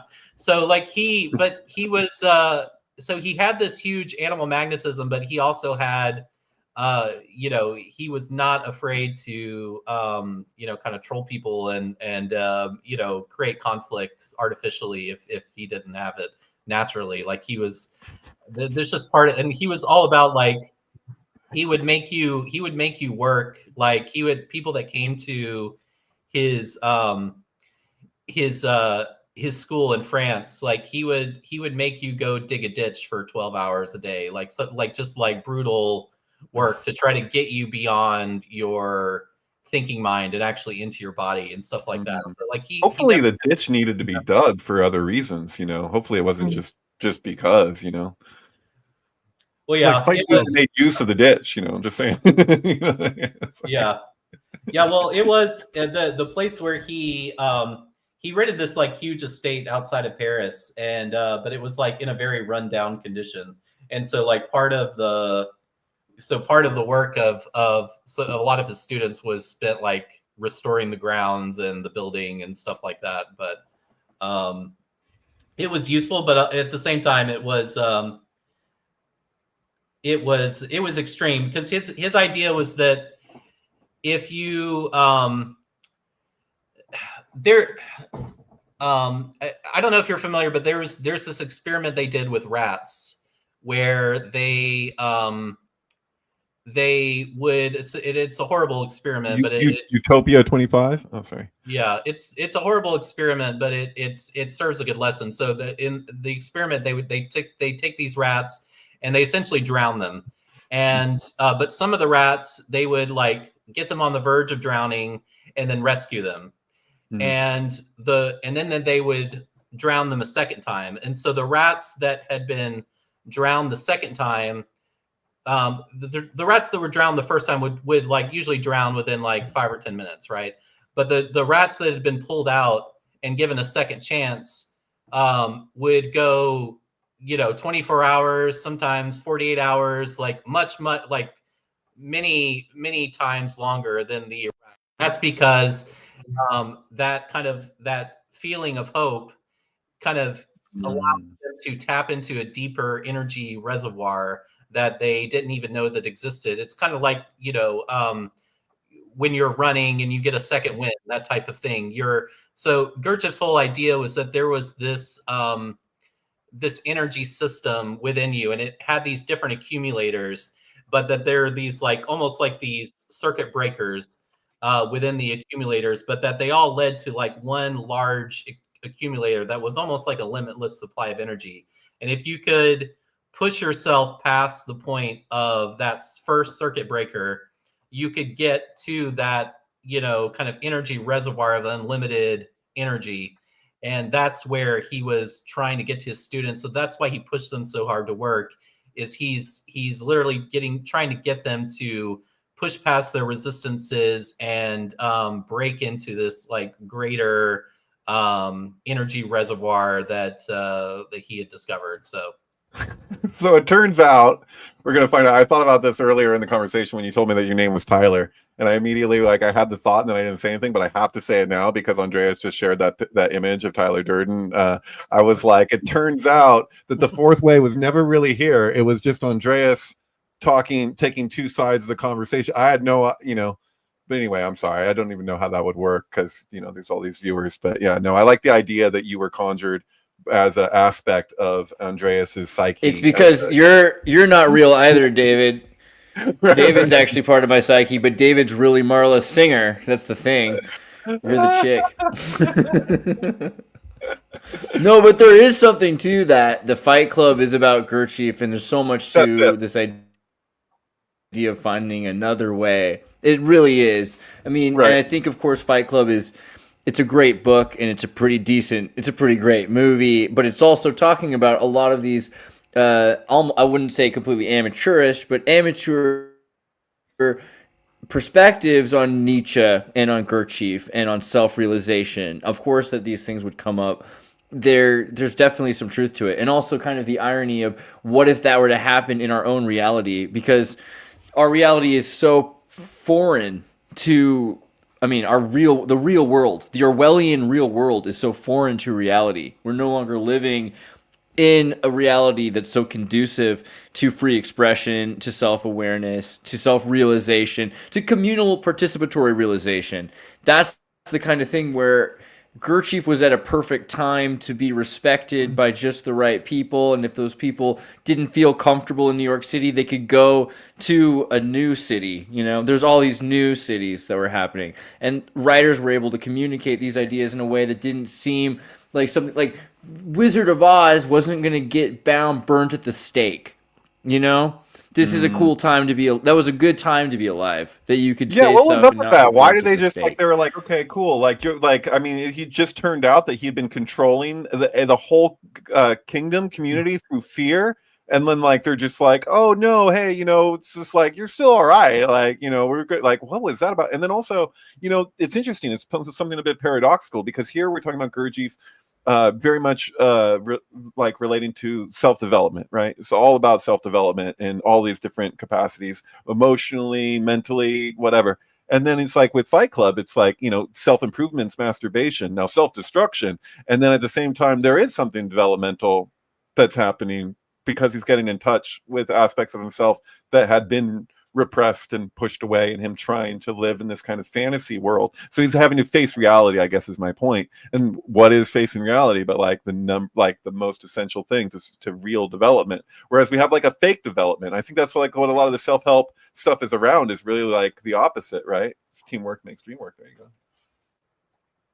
I think it gets more criticized and more demonized when it's for the poor people, because this is the same phenomenon that if you look at the satanic panic in the Americas alone, it was like if you were poor and you were doing magic, you might get burnt at the stake. But at the exact same time, if you're on the West Coast, if you're doing like, you know, sex magic, Beverly Paschal Randolph, if you're doing like some Manly Palmer Hall stuff, although he's later into the 20th century, but even at the exact same time that people were literally being put in a court about being a wizard on the East Coast, if you were on the West Coast and you had rich friends, no one even batted an eye on it. So it really does seem that the same thing with the self-help, right? If you're doing self-help and you're poor, oh, like they're just in that section of Barnes and Noble. Let's kind of stop. What an idiot. Is basically just civilian, yeah. Exactly, and I think it's the same thing with NLP too, where NLP and to answer you, Andreas, about like why did it die, or someone asked why did it die, I think it was the pickup artist community. They kind of killed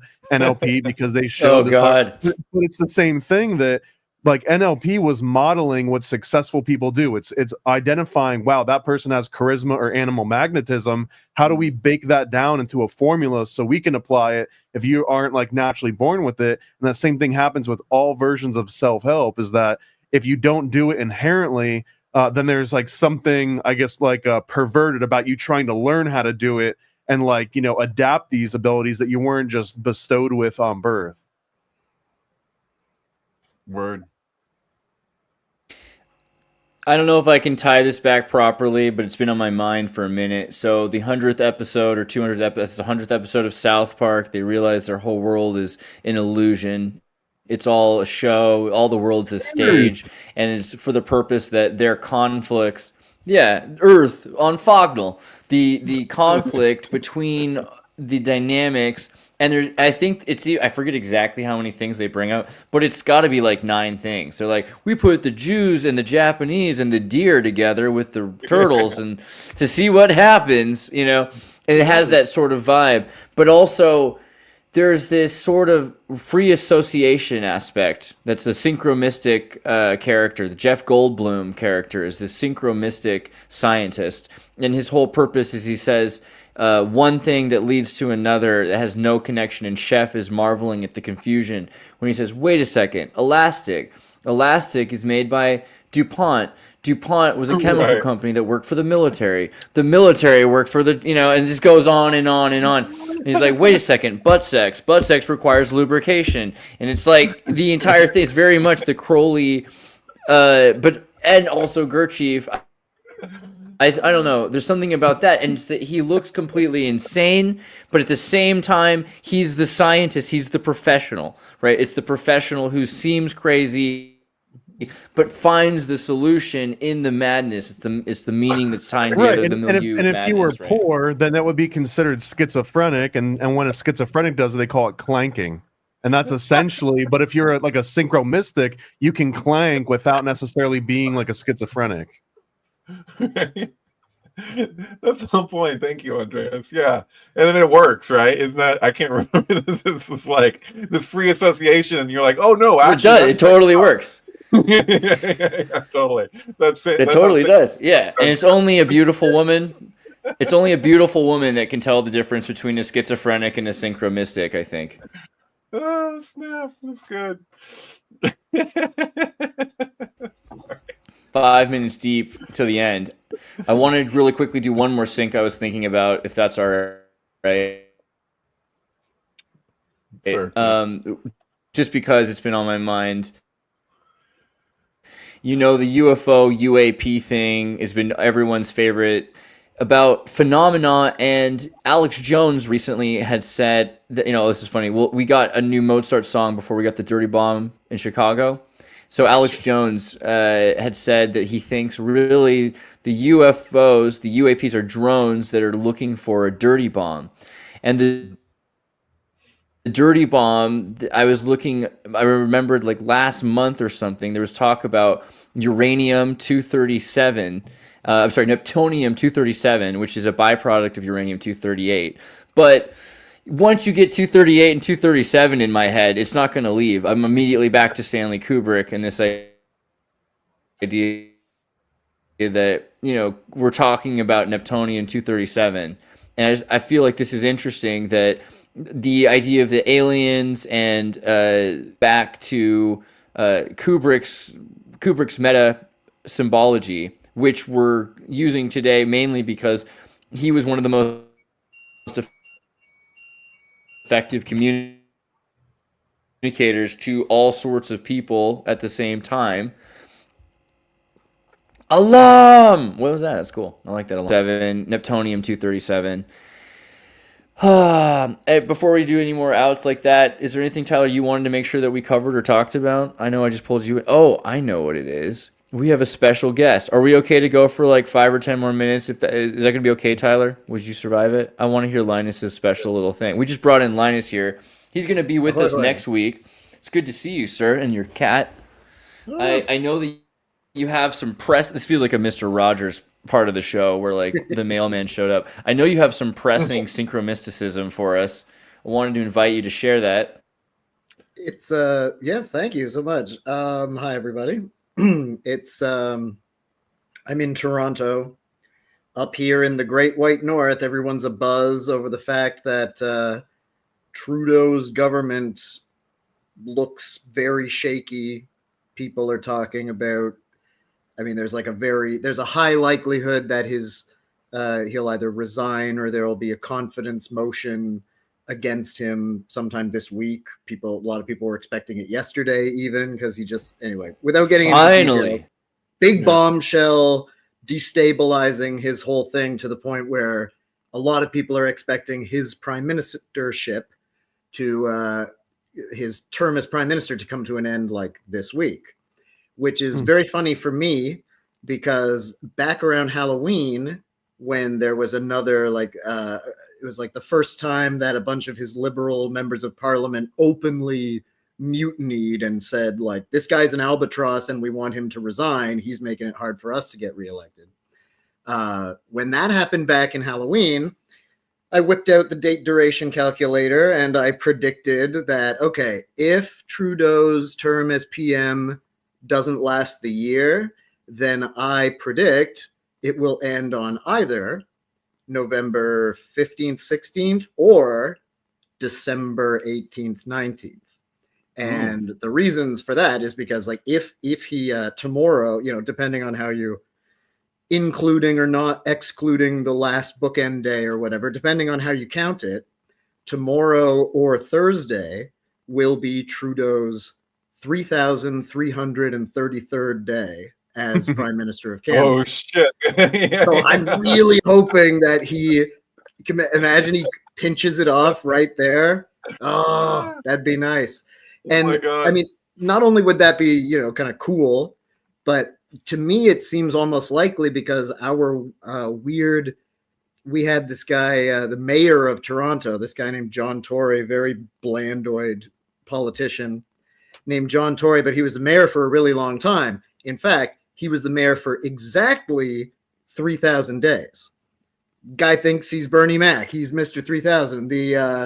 And it was weird then too, because he he announced he was going to the mayor last year. He announced he was going to resign, and people were like, "Okay, A, if you're going to resign, why did you just run for re-election and get reelected? And B, don't tell us you're going to resign. Just resign. Why don't you resign today?"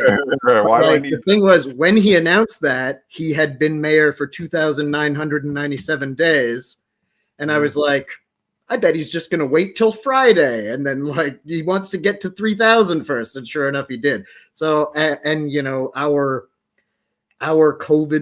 Toronto's COVID state of emergency, he arbitrarily declared that over when it had been 777 days.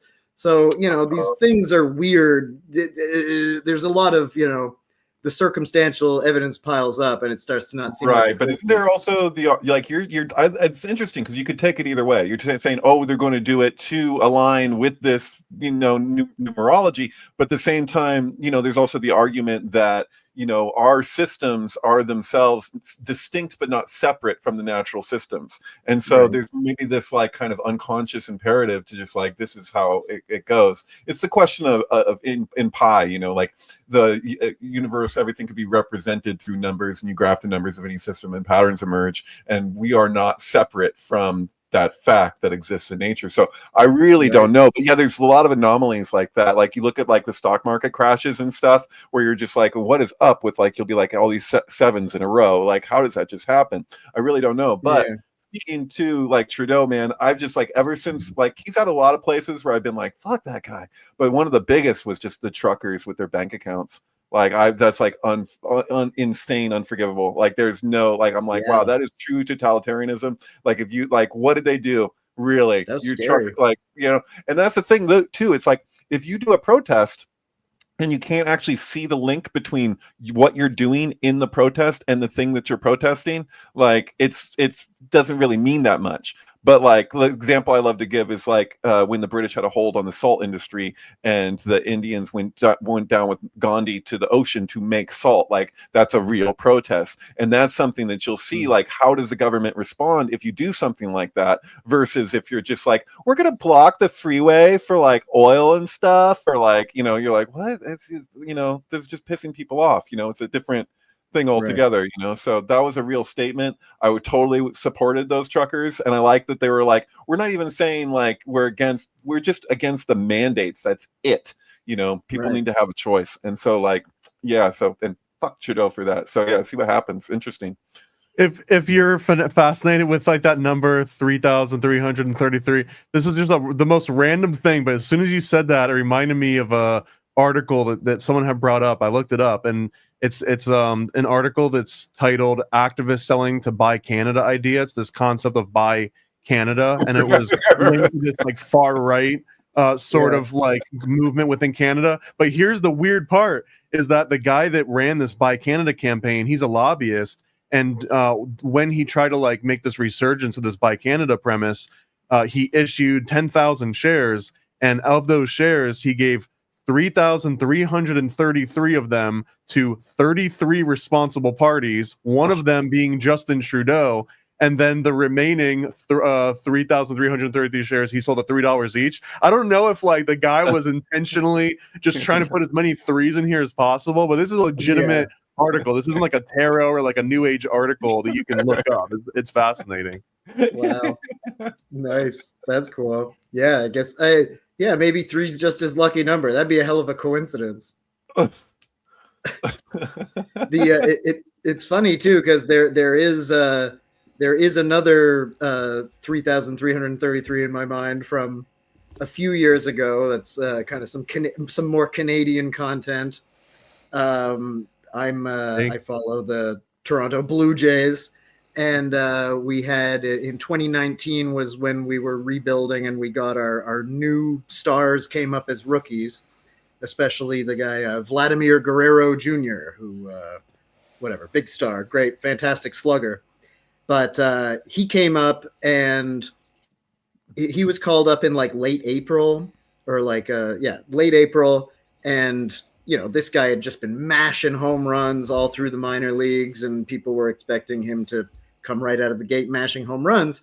But he was like almost 3 weeks into his major league career, and he hadn't hit a home run yet.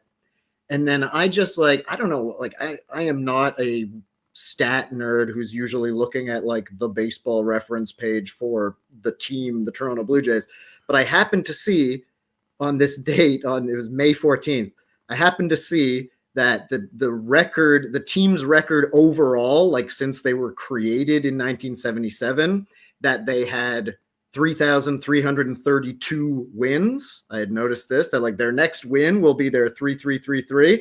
And so I just thought like, oh, well, that'll probably be the day that Vlad finally hits his first home run. And then sure enough, it was, So it's just weird that this guy, like the last thing anyone expected was for him to take 3 weeks to hit his first home run, but he waited for that 3,333 game. So kind of thought that was nice. So that also makes me, by whatever logic that the sync infects you with, I feel like that makes it more likely that Trudeau will resign or fall tomorrow or Thursday.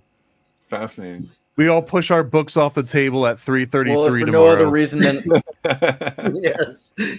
I'm a As fan much of that. sympathetic I'm gonna do magic it as we can myself. get. I have Anyway, a hyper thanks sympathy for Canadians, if not just for the. Well, no, thank you. I just want to say I love your purity of accent and of earnesty of truth. There's something about Canada that just makes me happy.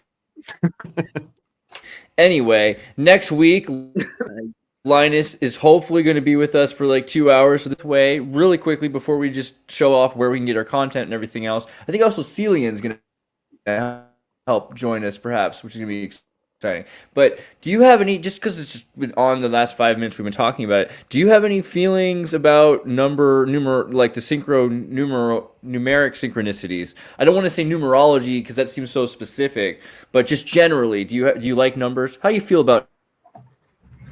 Yeah, I like numbers. Yeah, well, to tie it back to Gurdjieff, he had this idea about the law of octaves, and it's an insanely complex thing to study, but it's very interesting. His idea was that pretty much everything in the world is essentially operates according to a vibrational pattern.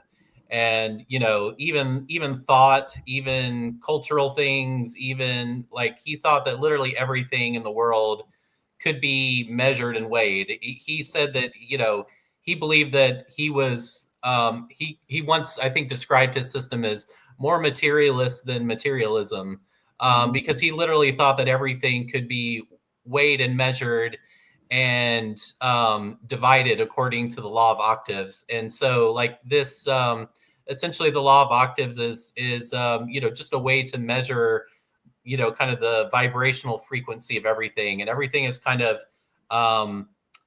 merging and going up and down these octaves in different ways, and they're interacting with each other and branching off in different directions.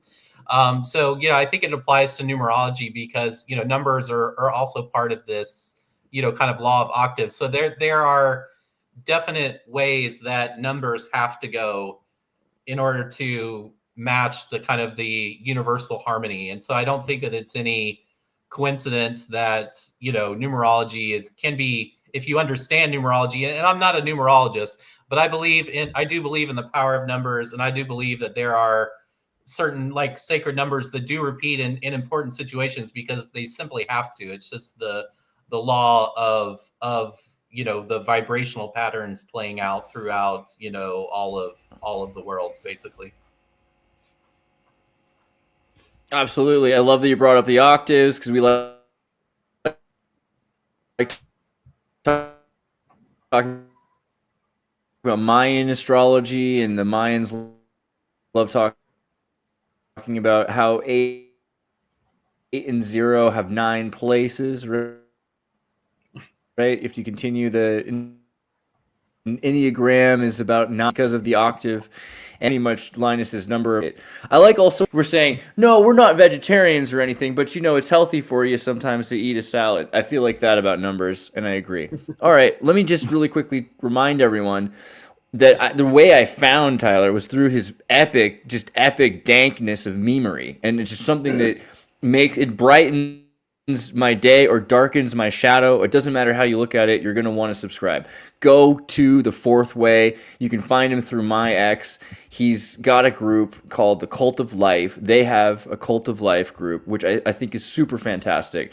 And you'll just, if you're on X, you're just going to wake up every day happier. I've been ever since I started following you, bro. Thank you for what you're doing. Also, go to his YouTube. That's the thing about it. When you go to his X page, I'm just jumping all over the place here. But from his group, from his X page, you can find his website, which is The Fourth Way on Linktree here. And it'll take you to all of his things. He's got a Facebook, got an Instagram, got a TikTok, got a Threads, even a Threads. Wow, a Threads. But you go to YouTube and you'll find some of his videos, and they're a lot of fun. I really, I like the videos you're making. They're great. I want everyone who likes my videos to take the chance to check out your videos. They're really worth your time.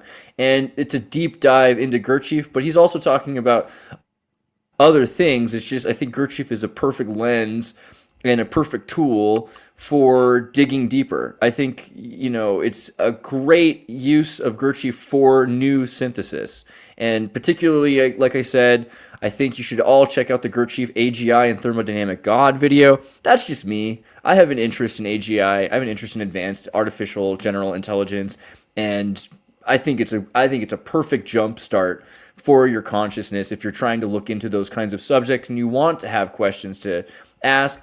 Here are some questions that are already answered on that subject. So please check it out. And hey, buy his t-shirts. We love you, bro. Just giving you a solid. Oh, one more thing. I missed it. I'm really sad because there was like a scheduling conflict, but we're going to do a space together very soon. And in the meantime, watch the one that he did, or listen to the one that he did, because it's pretty interesting, talking about the mysteries of ancient psychology. And I'm just going to really quickly do a cool little repost right there, so it's easy to find on my page. Just go check it out. It's really worth your time. You're going to love it. Cool. Memes. One more thing. There's some comic books. I want you to check out my friend Paranoid American. This is what Paranoid American looks like. This is what a Paranoid American looks like operating at full capacity. He's got a book here on Never Straight Answer, which has to do with. And you never thought I was, and that's what I like about you. But I did. I dropped it.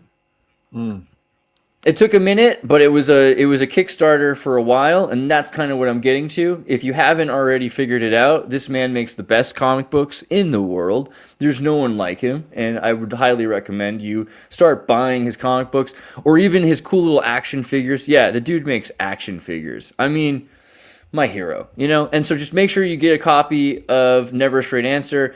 There's some new stuff coming out. If you haven't already gone to Paranoid American and figured it out, you can go down to the bottom. You can find your way to his Kickstarters. This is Why Did the Titanic Sink? There's more to this story if you didn't already know. But yeah, there's a lot to do with JP Morgan. I think that ends up being important about the entirety of the world economic system. This is why you'll own nothing and might even be happy about it. Read this comic book. Just notify about launch. It hasn't come out yet. You're going to want to be there for it. The other one I'm looking forward to is Satanic Panic. I mean, Xena Shrek, come on. Like, we all know we want to read this one. Look at these little kids with that Baphomet statue. It makes you interested. And then this one's the one that I think is it too late? Is it too late? Is it already funded? Did I miss it? It ended last Monday. Oh, you guys. A credible success, 62 grand raised essentially. And this is even better news because all this sets it up so when David and I drop the comic we've been working on about the Golden Bough and about Kubrick, that it's going to have all this extra momentum behind it. So maybe I was even throwing out the idea that maybe we brand it as like a sync comic. Have there been any sync comics before? And if not, maybe this could be the first one.